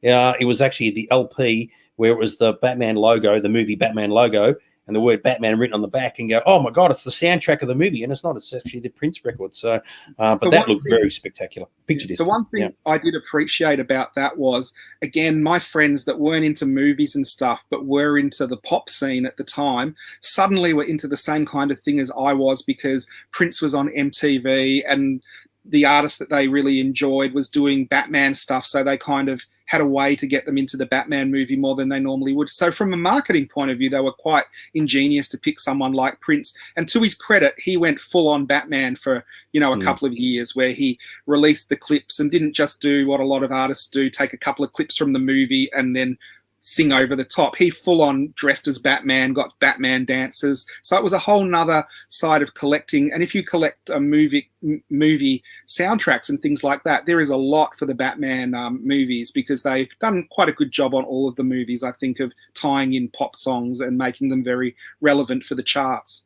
Yeah, I totally agree, especially in Bat Dance when he's dressed half as Batman, half as the Joker. And I thought, yeah, you're right. He was 100% right into it, which is very, very cool. I think the intention was he was meant to do the actual soundtrack for it, but they changed it. They said, no, we'll give it to Danny instead. So they just used some of his songs, but very, very cool. And then, of course, we're going to show you a little bit of a video. Hopefully it all plays okay. And it is this. Batman's battle against crime never ends. And now you can bring the action home. Batman, ha-ha, you missed. Yeah, but I only missed once. You can't escape Joker. Just watch if you can. You won't be alone for long. And in the Batcave. No criminal can hide from Batman. Batman, gotta run to jail. Each item sold separately from Sharon Toy. Of course, they'll always be sold separately, won't they? So, yes. So interestingly, wherever there's a popular movie that has like action figure appeal, toy companies come running after it. Now, Toy Biz got the rights for the Batman movie because they already had the rights from DC and they'd done their superheroes line. Kenner had been doing superpowers and let it drop because superheroes weren't selling so well, and Toy Biz picked them up. And I think Toy Biz were quite lucky because they had the rights for Batman when the movie came out. I think if it was now, there would be different rights to the cartoon, different rights to the comic books, different rights to the movies. But back then, you bought the rights for Batman and you got everything wrapped up in a bundle and they could do whatever they want. Now, Toy Biz did the first year of Batman merchandise and they did 3 action figures, Batman, the Joker, and Bob. They did a utility belt set. They did a couple of vehicles and different things.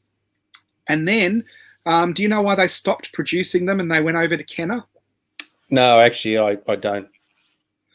Well, Toy Biz, they did figures, but they weren't the level of figures that DC were impressed with. If we go to the next slide, I think there's some more Toy Biz stuff, which is the vehicles and play sets.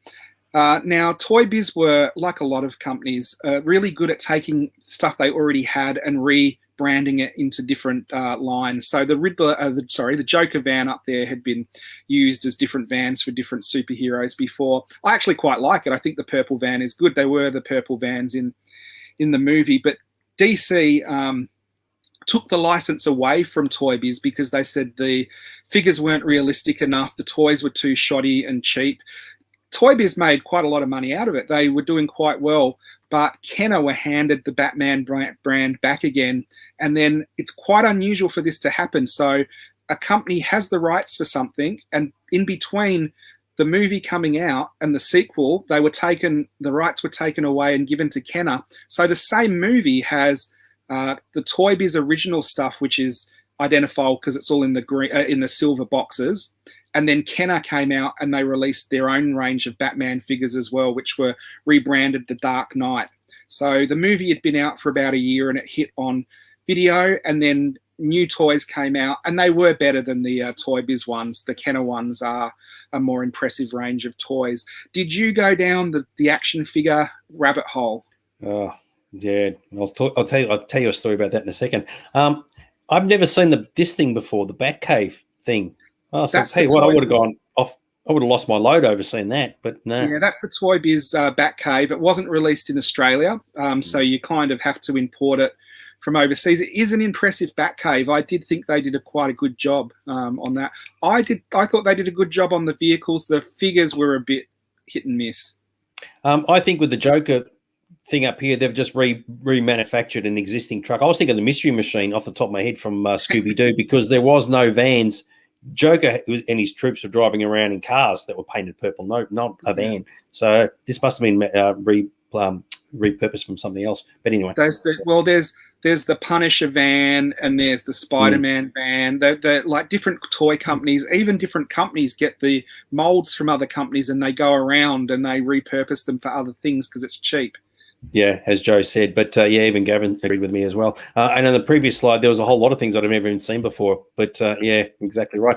But yeah, action figures. I hated them after a while because they're just producing series after series after series, and you go, oh, mate, not happy. But, well, yes. I love action figures. I thought this was going to be a love fest for Batman, but Dags, every single picture, like, oh no, more action figure. Well, the problem was I knew I was getting sucked in. So like you end up with the first movie, you end up with the second movie, right? So the first movie, they just produce a handful of figures, done. And they get to the second film and there's like series 1, series 2, special series, director series, this series. And then of course you got the ones that they're just inventing in the interim.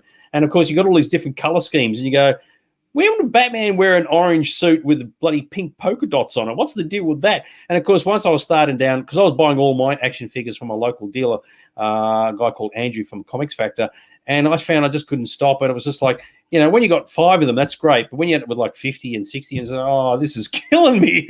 So, yes, rabbit hole indeed.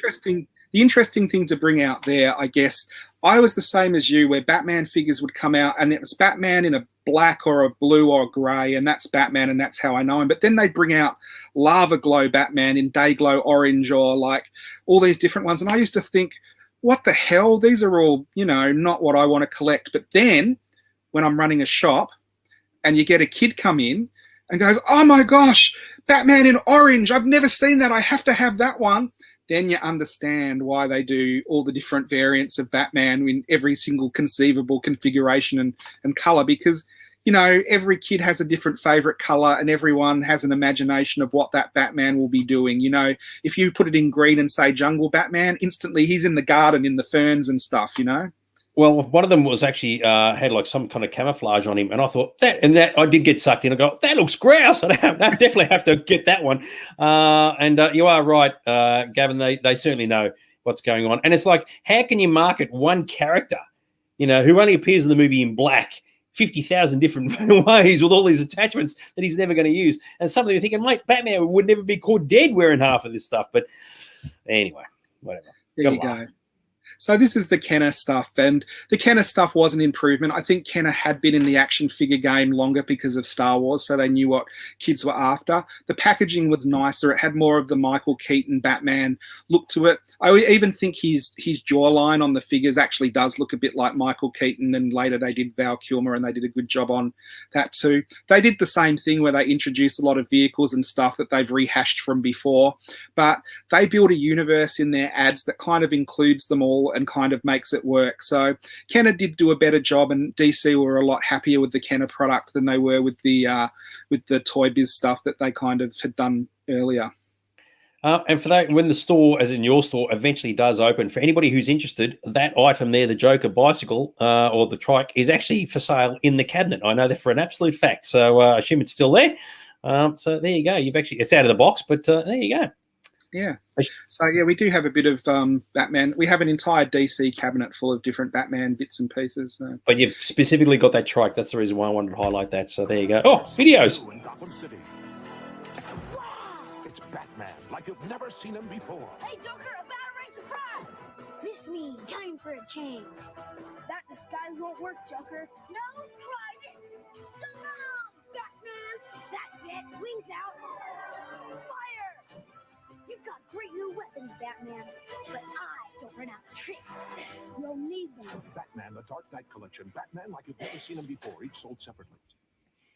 Hopefully the audio came through. I just got downloaded those today. I didn't even look at them. So it was a bit low, but that's okay. It does show, I think, that Kenner were better at the toys and the marketing as well, because in the same amount of time they fitted more product, gave it a backstory, what you could do with the figures, and it looked a lot slicker, I think, than the Toy Biz stuff. So the Kenner stuff and the Toy Biz stuff is both worth about the same. They're equally collectible. They both have the charm for people who grew up with them, but I would say more people come in looking for the Kenner stuff than the Toy Biz stuff. Now, we're about to show you a picture of something that was the bane of my existence, and this is the stuff that really pissed me off.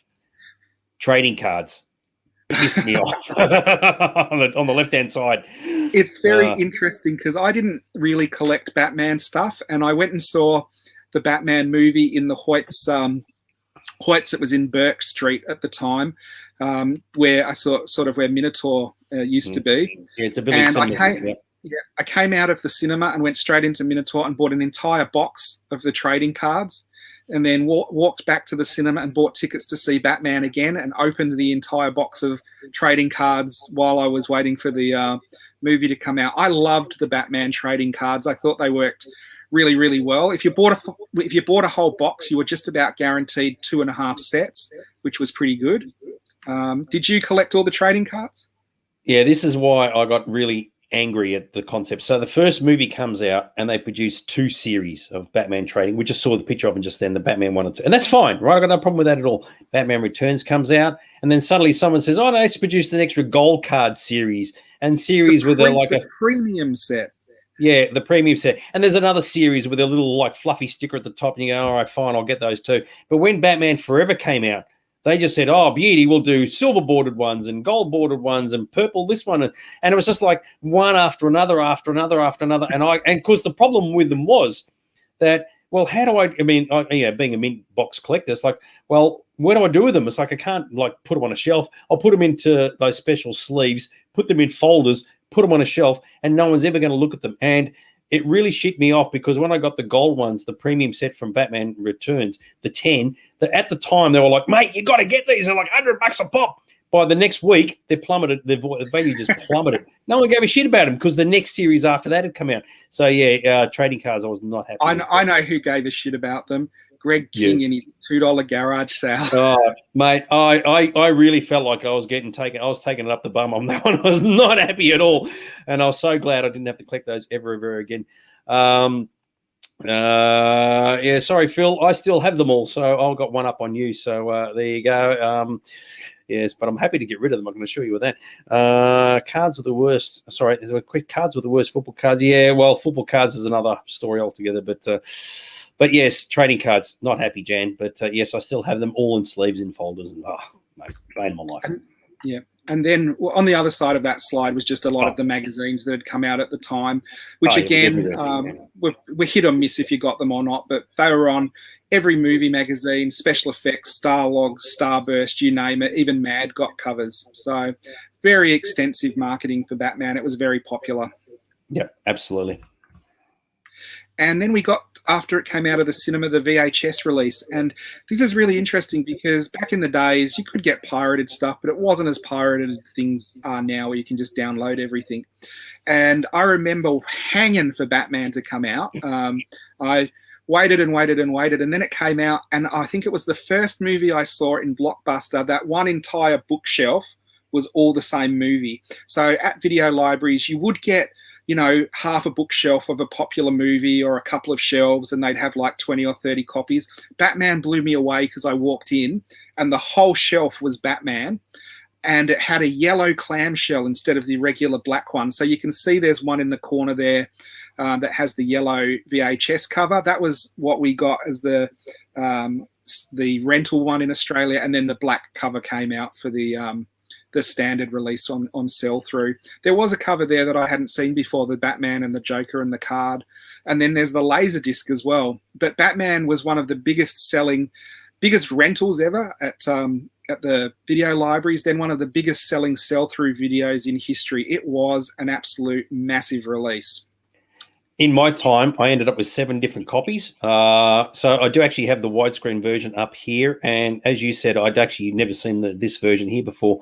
But because they produce it in box sets, so you got the first film with the second film, there's one box set. Then it's the first film, second film, third film, one box set. Then it's the 4 movies, box set. Then it's like the English release, the widescreen release, the logo. I've actually got a release, which I was very impressed by. It's just the logo, right? Yeah. The whole thing's black, just the logo, no words. And I thought that alone is impressive. The logo sells the show. So I ended up with multiple copies of this freaking movie on VHS. It's a pain in the ass.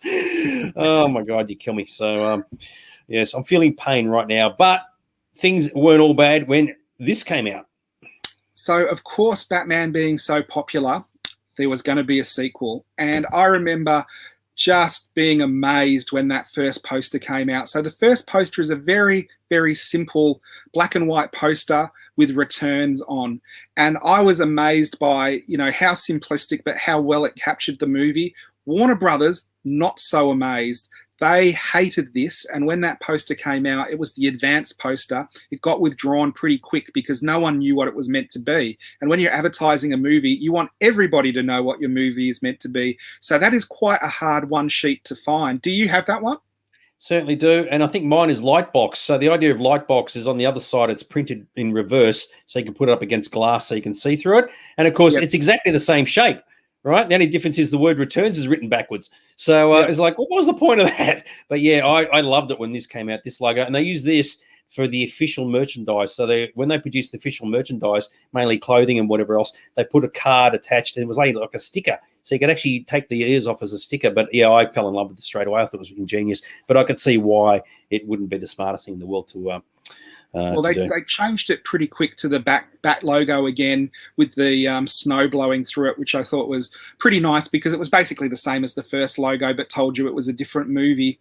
And then they quickly went to the character posters with Batman and Catwoman and the Penguin, and then they got their individual posters. And I think they advertised it as the Bat, the Cat, and the Penguin as well, which is pretty catchy. And then we've got the lobby cards down there, which you could get from the cinema if you were lucky. But you could actually send off to Warner Brothers and get the lobby cards as well. And then there's a Japanese poster there that I hadn't seen before, which is pretty cool with the Aaron's Collectables time tunnel on the Penguin's umbrella. So with the character posters down here, I've got them both loose and block mounted. I had a friend of mine had already had them block mounted, and they're slightly marked and damaged, but they look spectacular block mounted. And I heard a rumor that the person who photographed the picture of Michelle Pfeiffer was an amateur photographer. His first time gig taking the picture of her ended up being such a successful guy because of this one photo. But as posters, when they're block mounted, they look absolutely spectacular. And I actually did have them hanging on the walls for a period of time. But yeah, I agree with you. The snow logo version, it was fantastic. And just the darkness and the black and all the rest of it, yeah, this thing could do no wrong. So, yeah, loved it. Now, I don't know if you know this. There was a deleted scene from Batman Returns, and in Gotham, there was a Batman merchandise store, which I can understand why it was deleted because I guess that's a bit corny. So that black store there in the bottom left-hand corner is actually a deleted scene from the movie. And then the picture at the bottom middle is what was in that store, and on the bottom right was another picture what was in that store that was going to appear in the actual movie. It was all Batman merchandise that didn't really exist. They made it for the movie. The story being Batman became such a celebrity in Gotham that they were now selling Batman merchandise. But the picture at the top is a actual Batman Returns merchandise station in a real shop. So it's like they couldn't do it in the movie, and then life imitated the deleted scene from art, and they actually made in real life sections in Warner Brothers stores that were very like the deleted scene from the movie. But what the ultimate product placement where you in your own movie, you have a merchandise store selling the very merchandise that you want the public to buy. And I think it was actually Warner Brothers that leaned on Tim Burton to include it. And then, of course, when they were editing the movie, that was the first thing to get cut out. It is in the movie for a second. I think you see the fire breather breathing fire in front of it. Yeah, I was thinking that's where he turns the car around and he using the exhaust, what do you call it, the flame from the exhaust cooks the guy alive. That's where I was thinking that, because the front doors look very, very familiar. And maybe they've removed the logo.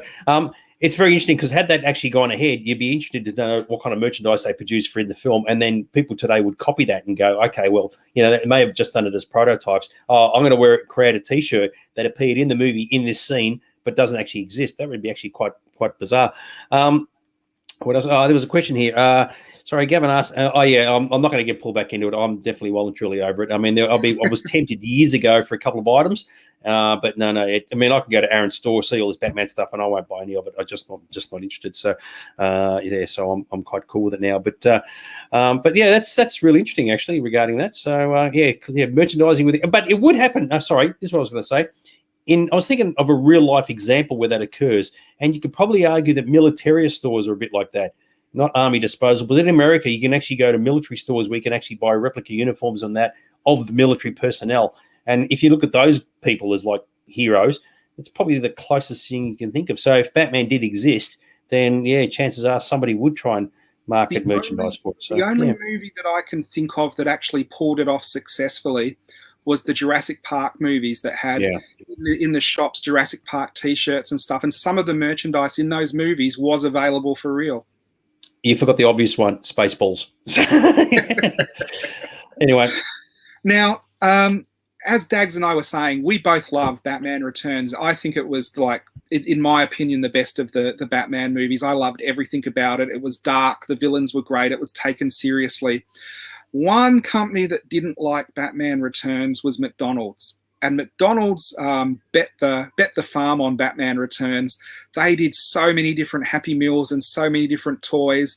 They did global saturation with different merchandise in different countries. They did an ad campaign that was probably as much as the actual movie ad campaign, because you look who's in it and how many different ads they did. It was absolutely massive. And then the movie came out, and it was a lot darker than they thought it was going to be. So they were selling Happy Meals of the Joker and not the Joker, of the Penguin and Catwoman, and then kids were going and seeing it, and the Penguin was eating raw fish and making crude remarks and things like that. So they basically had to pull the advertising and lost millions of dollars. That's a lot of 46-cent drinking cups, isn't it? Yeah, actually, there's a good comment from Dave. Bat fries, anyone? So, yeah, they have to sell all their French fries all blackened and burnt, try and get the color scheme right, which I think is actually kind of funny. So that's one way you can market and merchandise your products. And I agree with you, Jess. Catwoman in the film and her reaction and her interaction with Batman was absolutely spectacular. So, but I like this from Joe. Unhappy Meals. Absolutely love it. But yeah, you are right. It definitely wasn't aimed at kids. And you're right. When the Penguin sort of touching people, groping people, and all, and just the pussy I was looking for, and all that sort of thing. Yeah, exactly right. The Bat Pens, even though I didn't collect the other characters, I did actually get the others because I thought, well, they made a good set. So I got two of them for some reason of the car, Penguin, Catwoman, and a couple of the Batman ones. So yes, but a lot of this stuff was not available here. It was only available overseas. 46 cents. What a bizarre price. Yeah, a lot of it was only available overseas. We did get the one wave, I think, of little vehicles and one wave of pens. I might be wrong there. We might have only got the pens. But I don't remember the Batman packaging on everything that they had in America. I do remember with the Batman Forever, though. Later, we got a lot of Batman Forever at McDonald's. But that's for a later episode. Indeed, and the bag up there, I've got one of those as well. But it did end up when you get the placemats that they would put on the trays. I don't think they did one for Batman Returns, but yeah, as you said, it was for a later movie. Oh, videos! More videos. If you've always wanted to get your hands on Batman, drop into McDonald's, where Batman Returns is on a dramatic series of 32-ounce collector cups with fine, crispy Bat disc lids straight from the movie. You can pick up a large drink in one of 6 superhero collector cups at a special price when you buy any extra value meal. Because what you want is what you get at McDonald's today. I got to say, I really liked how they got the character to meld into the cup. I thought that was actually very, very clever. Well, So, they actually did about 5 different versions of that ad for every single cup.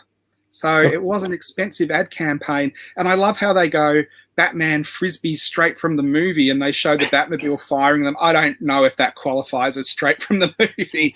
That was the last thing I thought that they were. So again, we move on to the Batman breakfast cereal. And Batman breakfast cereal was so popular, they continued to do it with Batman Returns. So again, you had freebies that came with the breakfast cereal. You had comics again, you had the chance to win action figures and Batman badges, and also there was lenticular cards. So again, if you wanted to collect Batman cereal premiums, you could keep going because they kept changing it. So even when the movie was not in the cinema, they kept changing the Batman cereal, and it went on for quite a long time. I've got the box, an empty box, which half of it, I think that's great, but then in the other half, I'm thinking, well, that's pointless. An empty box is like, but I've got that. Jess wanted to do a Catwoman costume, but couldn't find anybody to make it screen accurate. If you want to be really % screen accurate, Michelle Pfeiffer was sewn into the costume. So you couldn't have a zipper up the back. You'd have to be sewn in if you wanted to be completely legit. But yes. If you need any help, Dags has got a sewing kit. I'll invent one. But yeah, exactly right. Yes, in those hard to get places. Exactly right. Now, again, Batman Returns had a much more subtle movie tie-in because I think they went with someone who was a bit more indie. It was Susie and the Banshees, and they released a song Face to Face for Batman Returns. Again, I thought this was a fantastic song. It was more the music I was into at the time. It suited the movie better. They were talking about the duality of the characters of Batman and Catwoman, and the song reflected that. There isn't as much merchandise on this. It wasn't as big a hit, but I actually thought that it suited the movie really well. So I thought that Batman Returns had a better soundtrack than Batman, had all the Danny Elfman stuff, and then it had Susie and the Banshees to make it extra cool. Yeah, so for those who don't know where the song is played, it's in the ball when they're dancing under the mistletoe. Okay, remember, mistletoe is deadly if you eat it, but a kiss can be even deadlier if you mean it. So there you go, it's in that sequence there. But I agree with you, love the song, absolutely awesome. So yes, very, very cool. And the fact that they added that in the way they did using Susie, yep, 100%. Yeah. And then, of course, we're moving into the Batman games and action figures. And this time they're a bit more prepped for what they had to expect. And I guess they were probably maybe underwhelmed. I still think the figures sold quite well. The Batman game at the top there is quite an amazing board game. I don't know if you had that, but you actually build the building and it goes up, you know, about 1.5 feet above the actual board game. And you have the Catwoman and the Penguins, and it's quite an interesting game to play. And then down the bottom there, you have the advertising for the new figure, the new movie figures that are about to be released. And this is what Dags is talking about earlier, where you've got a yellow Batman and an Arctic Batman and a bronze suit Batman, which have very little to do with what's in the movie. And there was, at the time, not a Danny DeVito penguin. They just repainted sort of one of the superpowers penguins, which was a bit disappointing as well. So Philip also agreed on the song. And what's interesting about the song Face to Face, they add some of the Catwoman music within it, which is very, very cool. Other than the Robin and the Penguin down here, because I didn't collect any other characters, I've got everything there, including a mint in box of the board games. It's still sealed, still wrapped, which is absolutely awesome, but meaningless at the same time. But yes, yellow. Yeah. Imagine Batman turning up in a bright yellow, like a fluoro suit or something. He's like, yeah, what's wrong with that picture? That's for when Batman. That's when Batman wants to blend into the yellow snow. Yeah, or it suddenly becomes Banana Man. What can I say? Oh, bloody action figures! Oh, they piss me off. Now there you go. Like we've put up a triggering picture for Dags, but that for me, I love that, where you've got a uniform line of action figures based on the movie. So when I say that, they've all got the same logo. They've got the same kind of art, which is stylized. You can collect them as a set. and they all match each other. They've got the extra ones like we were talking about, or you could just get the ones that were related to the movie. This is where Dags went down the rabbit hole, where instead of just getting the ones related to the movie, he got everything with the Batman logo on that was Batman. At the top there's 2 classic figures, and there's a new version of the Penguin that I just put in as a what if they had done a Danny DeVito version. And there's the header for the Batman area at the Toys R Us or wherever you were. And it's very interesting that Robin is in there, because Robin was originally going to be in Batman Returns. I like that. Yeah, high vis Batman. What I find funny, right? It's like you got your Batman Returns figures that came out, and I thought, beauty, I got all those, all 6 of them, 7 of them, and all of a sudden there's like series 2. I go, whose idea was it to use a freaking series 2? And of course, if you're going to do a series 2, there's probably going to be a series 3. I was like, oh, not happy, Jan. So from the original 6 figures or whatever it was from the first movie, suddenly there's like a dozen for the second movie. I was like, but it's the same character. He can't just keep repainting the dude the same way. This is Kenner. This is the company that thought everyone wanted a Best Ben security guard. Yeah, not happy. But the boxed ones down here, they only did a handful of these. There's only like a couple, and they even did a Toys R Us exclusive as well. And they were pretty schmick. And they actually did a version, or 2 versions, where the suit that he was wearing was like a chrome color. So it was like a chrome purple and a chrome blue. And they do, I mean, I don't know how you do that in real life, but they did look very, very schmick. But yeah, I got to say, they were quite cool. But, yeah. And you can tell all the Batman Returns stuff because it had the white Bat logo. Now, this is one of those interesting things where you're talking about the camo stuff. This is one of my favorite versions of the Batmobile. They did a camo version of the Batmobile from this movie, which is quite hard to find. You can find the normal one, but this was a repaint with white. And I thought, oh, that's a really cool version. And then you think about it, but it wasn't in the actual movie. But they still did a camo white version of the Batmobile. And then, of course, the Batwing came out again, and Bruce Wayne's car, and the Bat Ski, which was from the movie, and the Bat Missile. So Kenner did a good job in keeping Batman kids who liked the movie well stocked, and adult collectors who wanted one of each of the vehicles got them as well. So I thought, again, if you were collecting this, you could have, there was a lot of worse lines that were available. Kenner did a good job with the Batman Returns stuff. See, I can understand the car. I've never even seen the car. I can imagine the car, right? The Batmobile. Yep, fair enough. And the Batwing. Yep, they look grouse. But the Batski boat, as soon as I saw that movie, I go, man, that looks shit house. But yep, they're going to produce a toy of that. And you're going to get one of those. And the Bat Missile, it's like, man, that looks pox. I'm going to get one of those too. So there's an example of buying stuff that I did not want to buy, and I didn't like them. I still don't like them, but I had to. And the coupe looks grouse, but I never got that, unfortunately. So, yes. The reason why it'd be camouflaged because it was in snow. But from above, it would make sense if you're flying. If the Penguin was flying in an airplane, yeah, sure enough, you'd need a camouflage Batmobile. But yeah, that'd be the reason why they did it. But you're right, it's pointless. So, do you know why they camouflage it? Because Kenner actually produced in with their action figures a 2-pack of Penguins with missiles, and I'm pretty sure if Batman was driving the camouflaged Batmobile, the Penguins just wouldn't be able to see it. I actually love it in the movie. He's actually driving in the Batmobile as he goes past the Hall of Records, and there's no other cars on the street at all. There's like everybody goes, there he is, right there. It's a Batmobile, and just no one even notices he's driving around. So there you go. So much for stealth, eh? So yeah. Now, Batman Returns probably had even more hype than the original Batman, and that was because Michelle Pfeiffer was hot property, and the Catwoman costume was different but looked cool. So every magazine you went and looked at had Michelle Pfeiffer on the cover. One of the complaints that Batman fans had about Batman Returns was Batman wasn't in it as much as they'd like him to be, and it concentrated on Catwoman and Penguin. I didn't mind that because I thought they were good characters, and also it meant the merchandise was a lot more diverse, where you would go and see like the Penguin on the front of something or Michelle Pfeiffer as Catwoman, and you still had Batman on a lot of things and Michael Keaton and all the other things. I guess for you, Dags, that meant you only had to buy a third of the stuff because half of it, only a third was Batman. Yeah, see, the thing with magazines, if they were devoted 100% to Batman, sure. But if it was just like a couple of articles here and there, it was give or take, depending on what it was. So it really, like Starburst, for example. I mean, that whole magazine was not devoted to Batman. It just happened to be like a major story at the front. So the thing I found funny about the Catwoman character is that when you first saw promo pictures of her costume, you're thinking, mate, that looks complete shit. It's like that's no Julie Newmar. It's like, what have they done to the character? But in the film, it makes sense as to why she's got the white stitching in the black plastic stuff. So, which is kind of funny because in the movie she gets a raincoat and turns it into some body costume. You go, yeah, you really stretched that to make it go the whole way around, didn't you?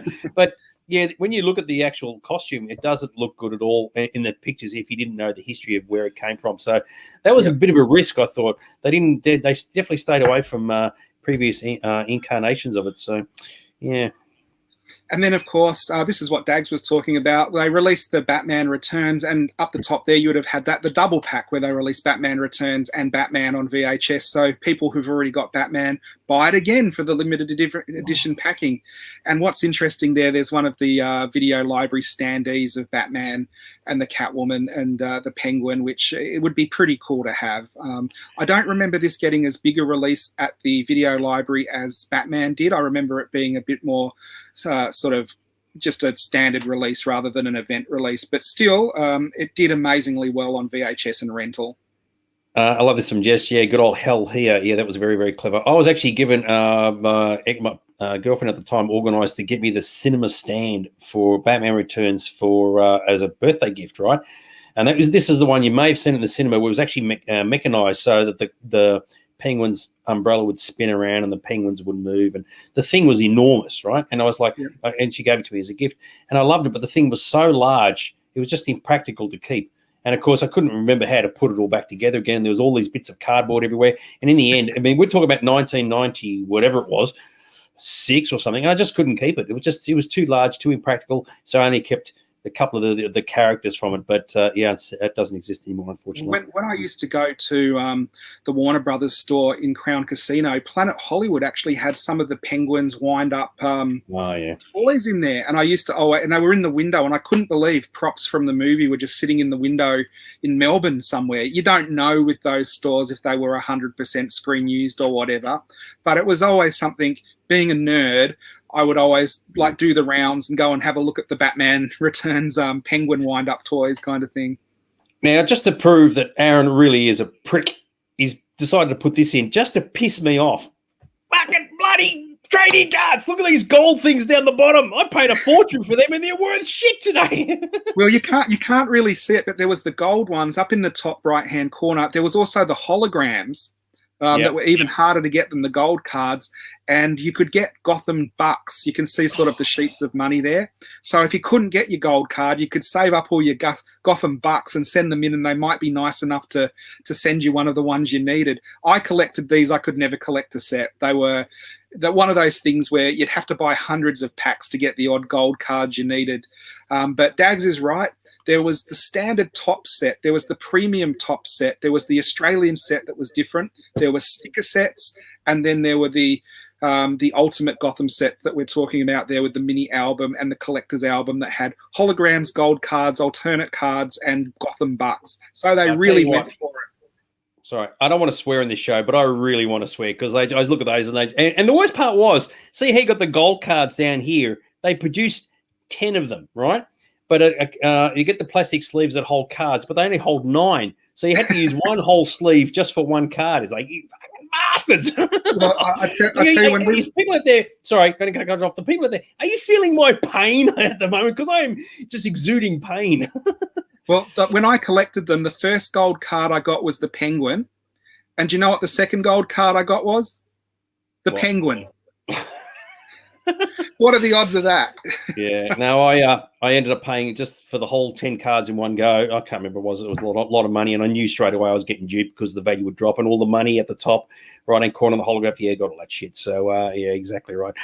You are right, Joe. I do need therapy after all this stuff, and it just pissed me off because I just put them in sleeves and folders, and you never saw them ever again. It was like, move on. Oh, look at that. There we go. We've come to the end. You know, when we planned this, we were going to do all 4 movies, and I thought, it might overrun, and we've overrun. This is our biggest show ever. It's like at the beginning we got Venom and we plugged it into the show, and we've turned into Bane. That's how big the show got today. So thanks for staying with us all tonight. I hope you've enjoyed our reminisce through the first 2 Batman movies, where you, Dags, and I thought the merchandise, even though he's a bit negative towards some of it, was pretty good. That's right. Look, to be frankly honest, my experience when I was buying this stuff, sure, it was a lot of money on stuff that today I wouldn't get, but the experiences of doing it and the people I met, including you, and there was a lot of joy to be had. It's just that there was a lot of money spent on things that I didn't really like. Spankin has finally joined us today, and he was talking about Planet Hollywood. Yeah, he said that a lot of the stuff was replicas, which would make sense because it would actually be very hard to ensure the real thing. Ironically, we talked about the first two movies, right? And we both really loved and enjoyed the first two movies. Now, for the next part two, we do Batman Forever and Batman and Robin.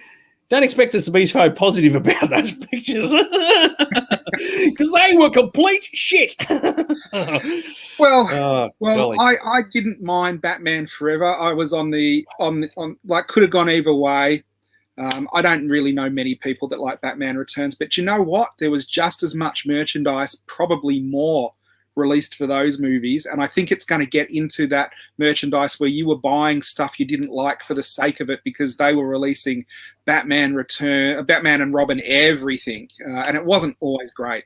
Mate, once you start putting nipples on bat suits, you're going to be thinking, okay, there's something wrong with this picture. So there you go. Well, guess what? It is our longest show. We're just about to click into 2 hours, which has been an absolute blast. And then people are still sticking around with us too, which is good. So the curfew's on. They can't go anywhere. So unbelievable. So any further words before we sign off, Mr. Aaron? Because we're looking at Batman Forever next week, we can guarantee the show is going to be 50% greener. 50% greener. Yeah, you think you've heard stories of me cracking the shits over bloody items from Batman. Don't wait till we get to next week. I'm freaking hell.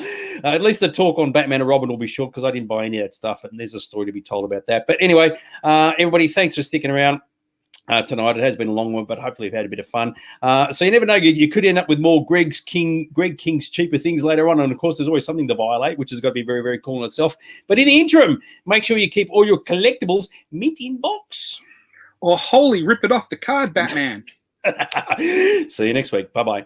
See you guys.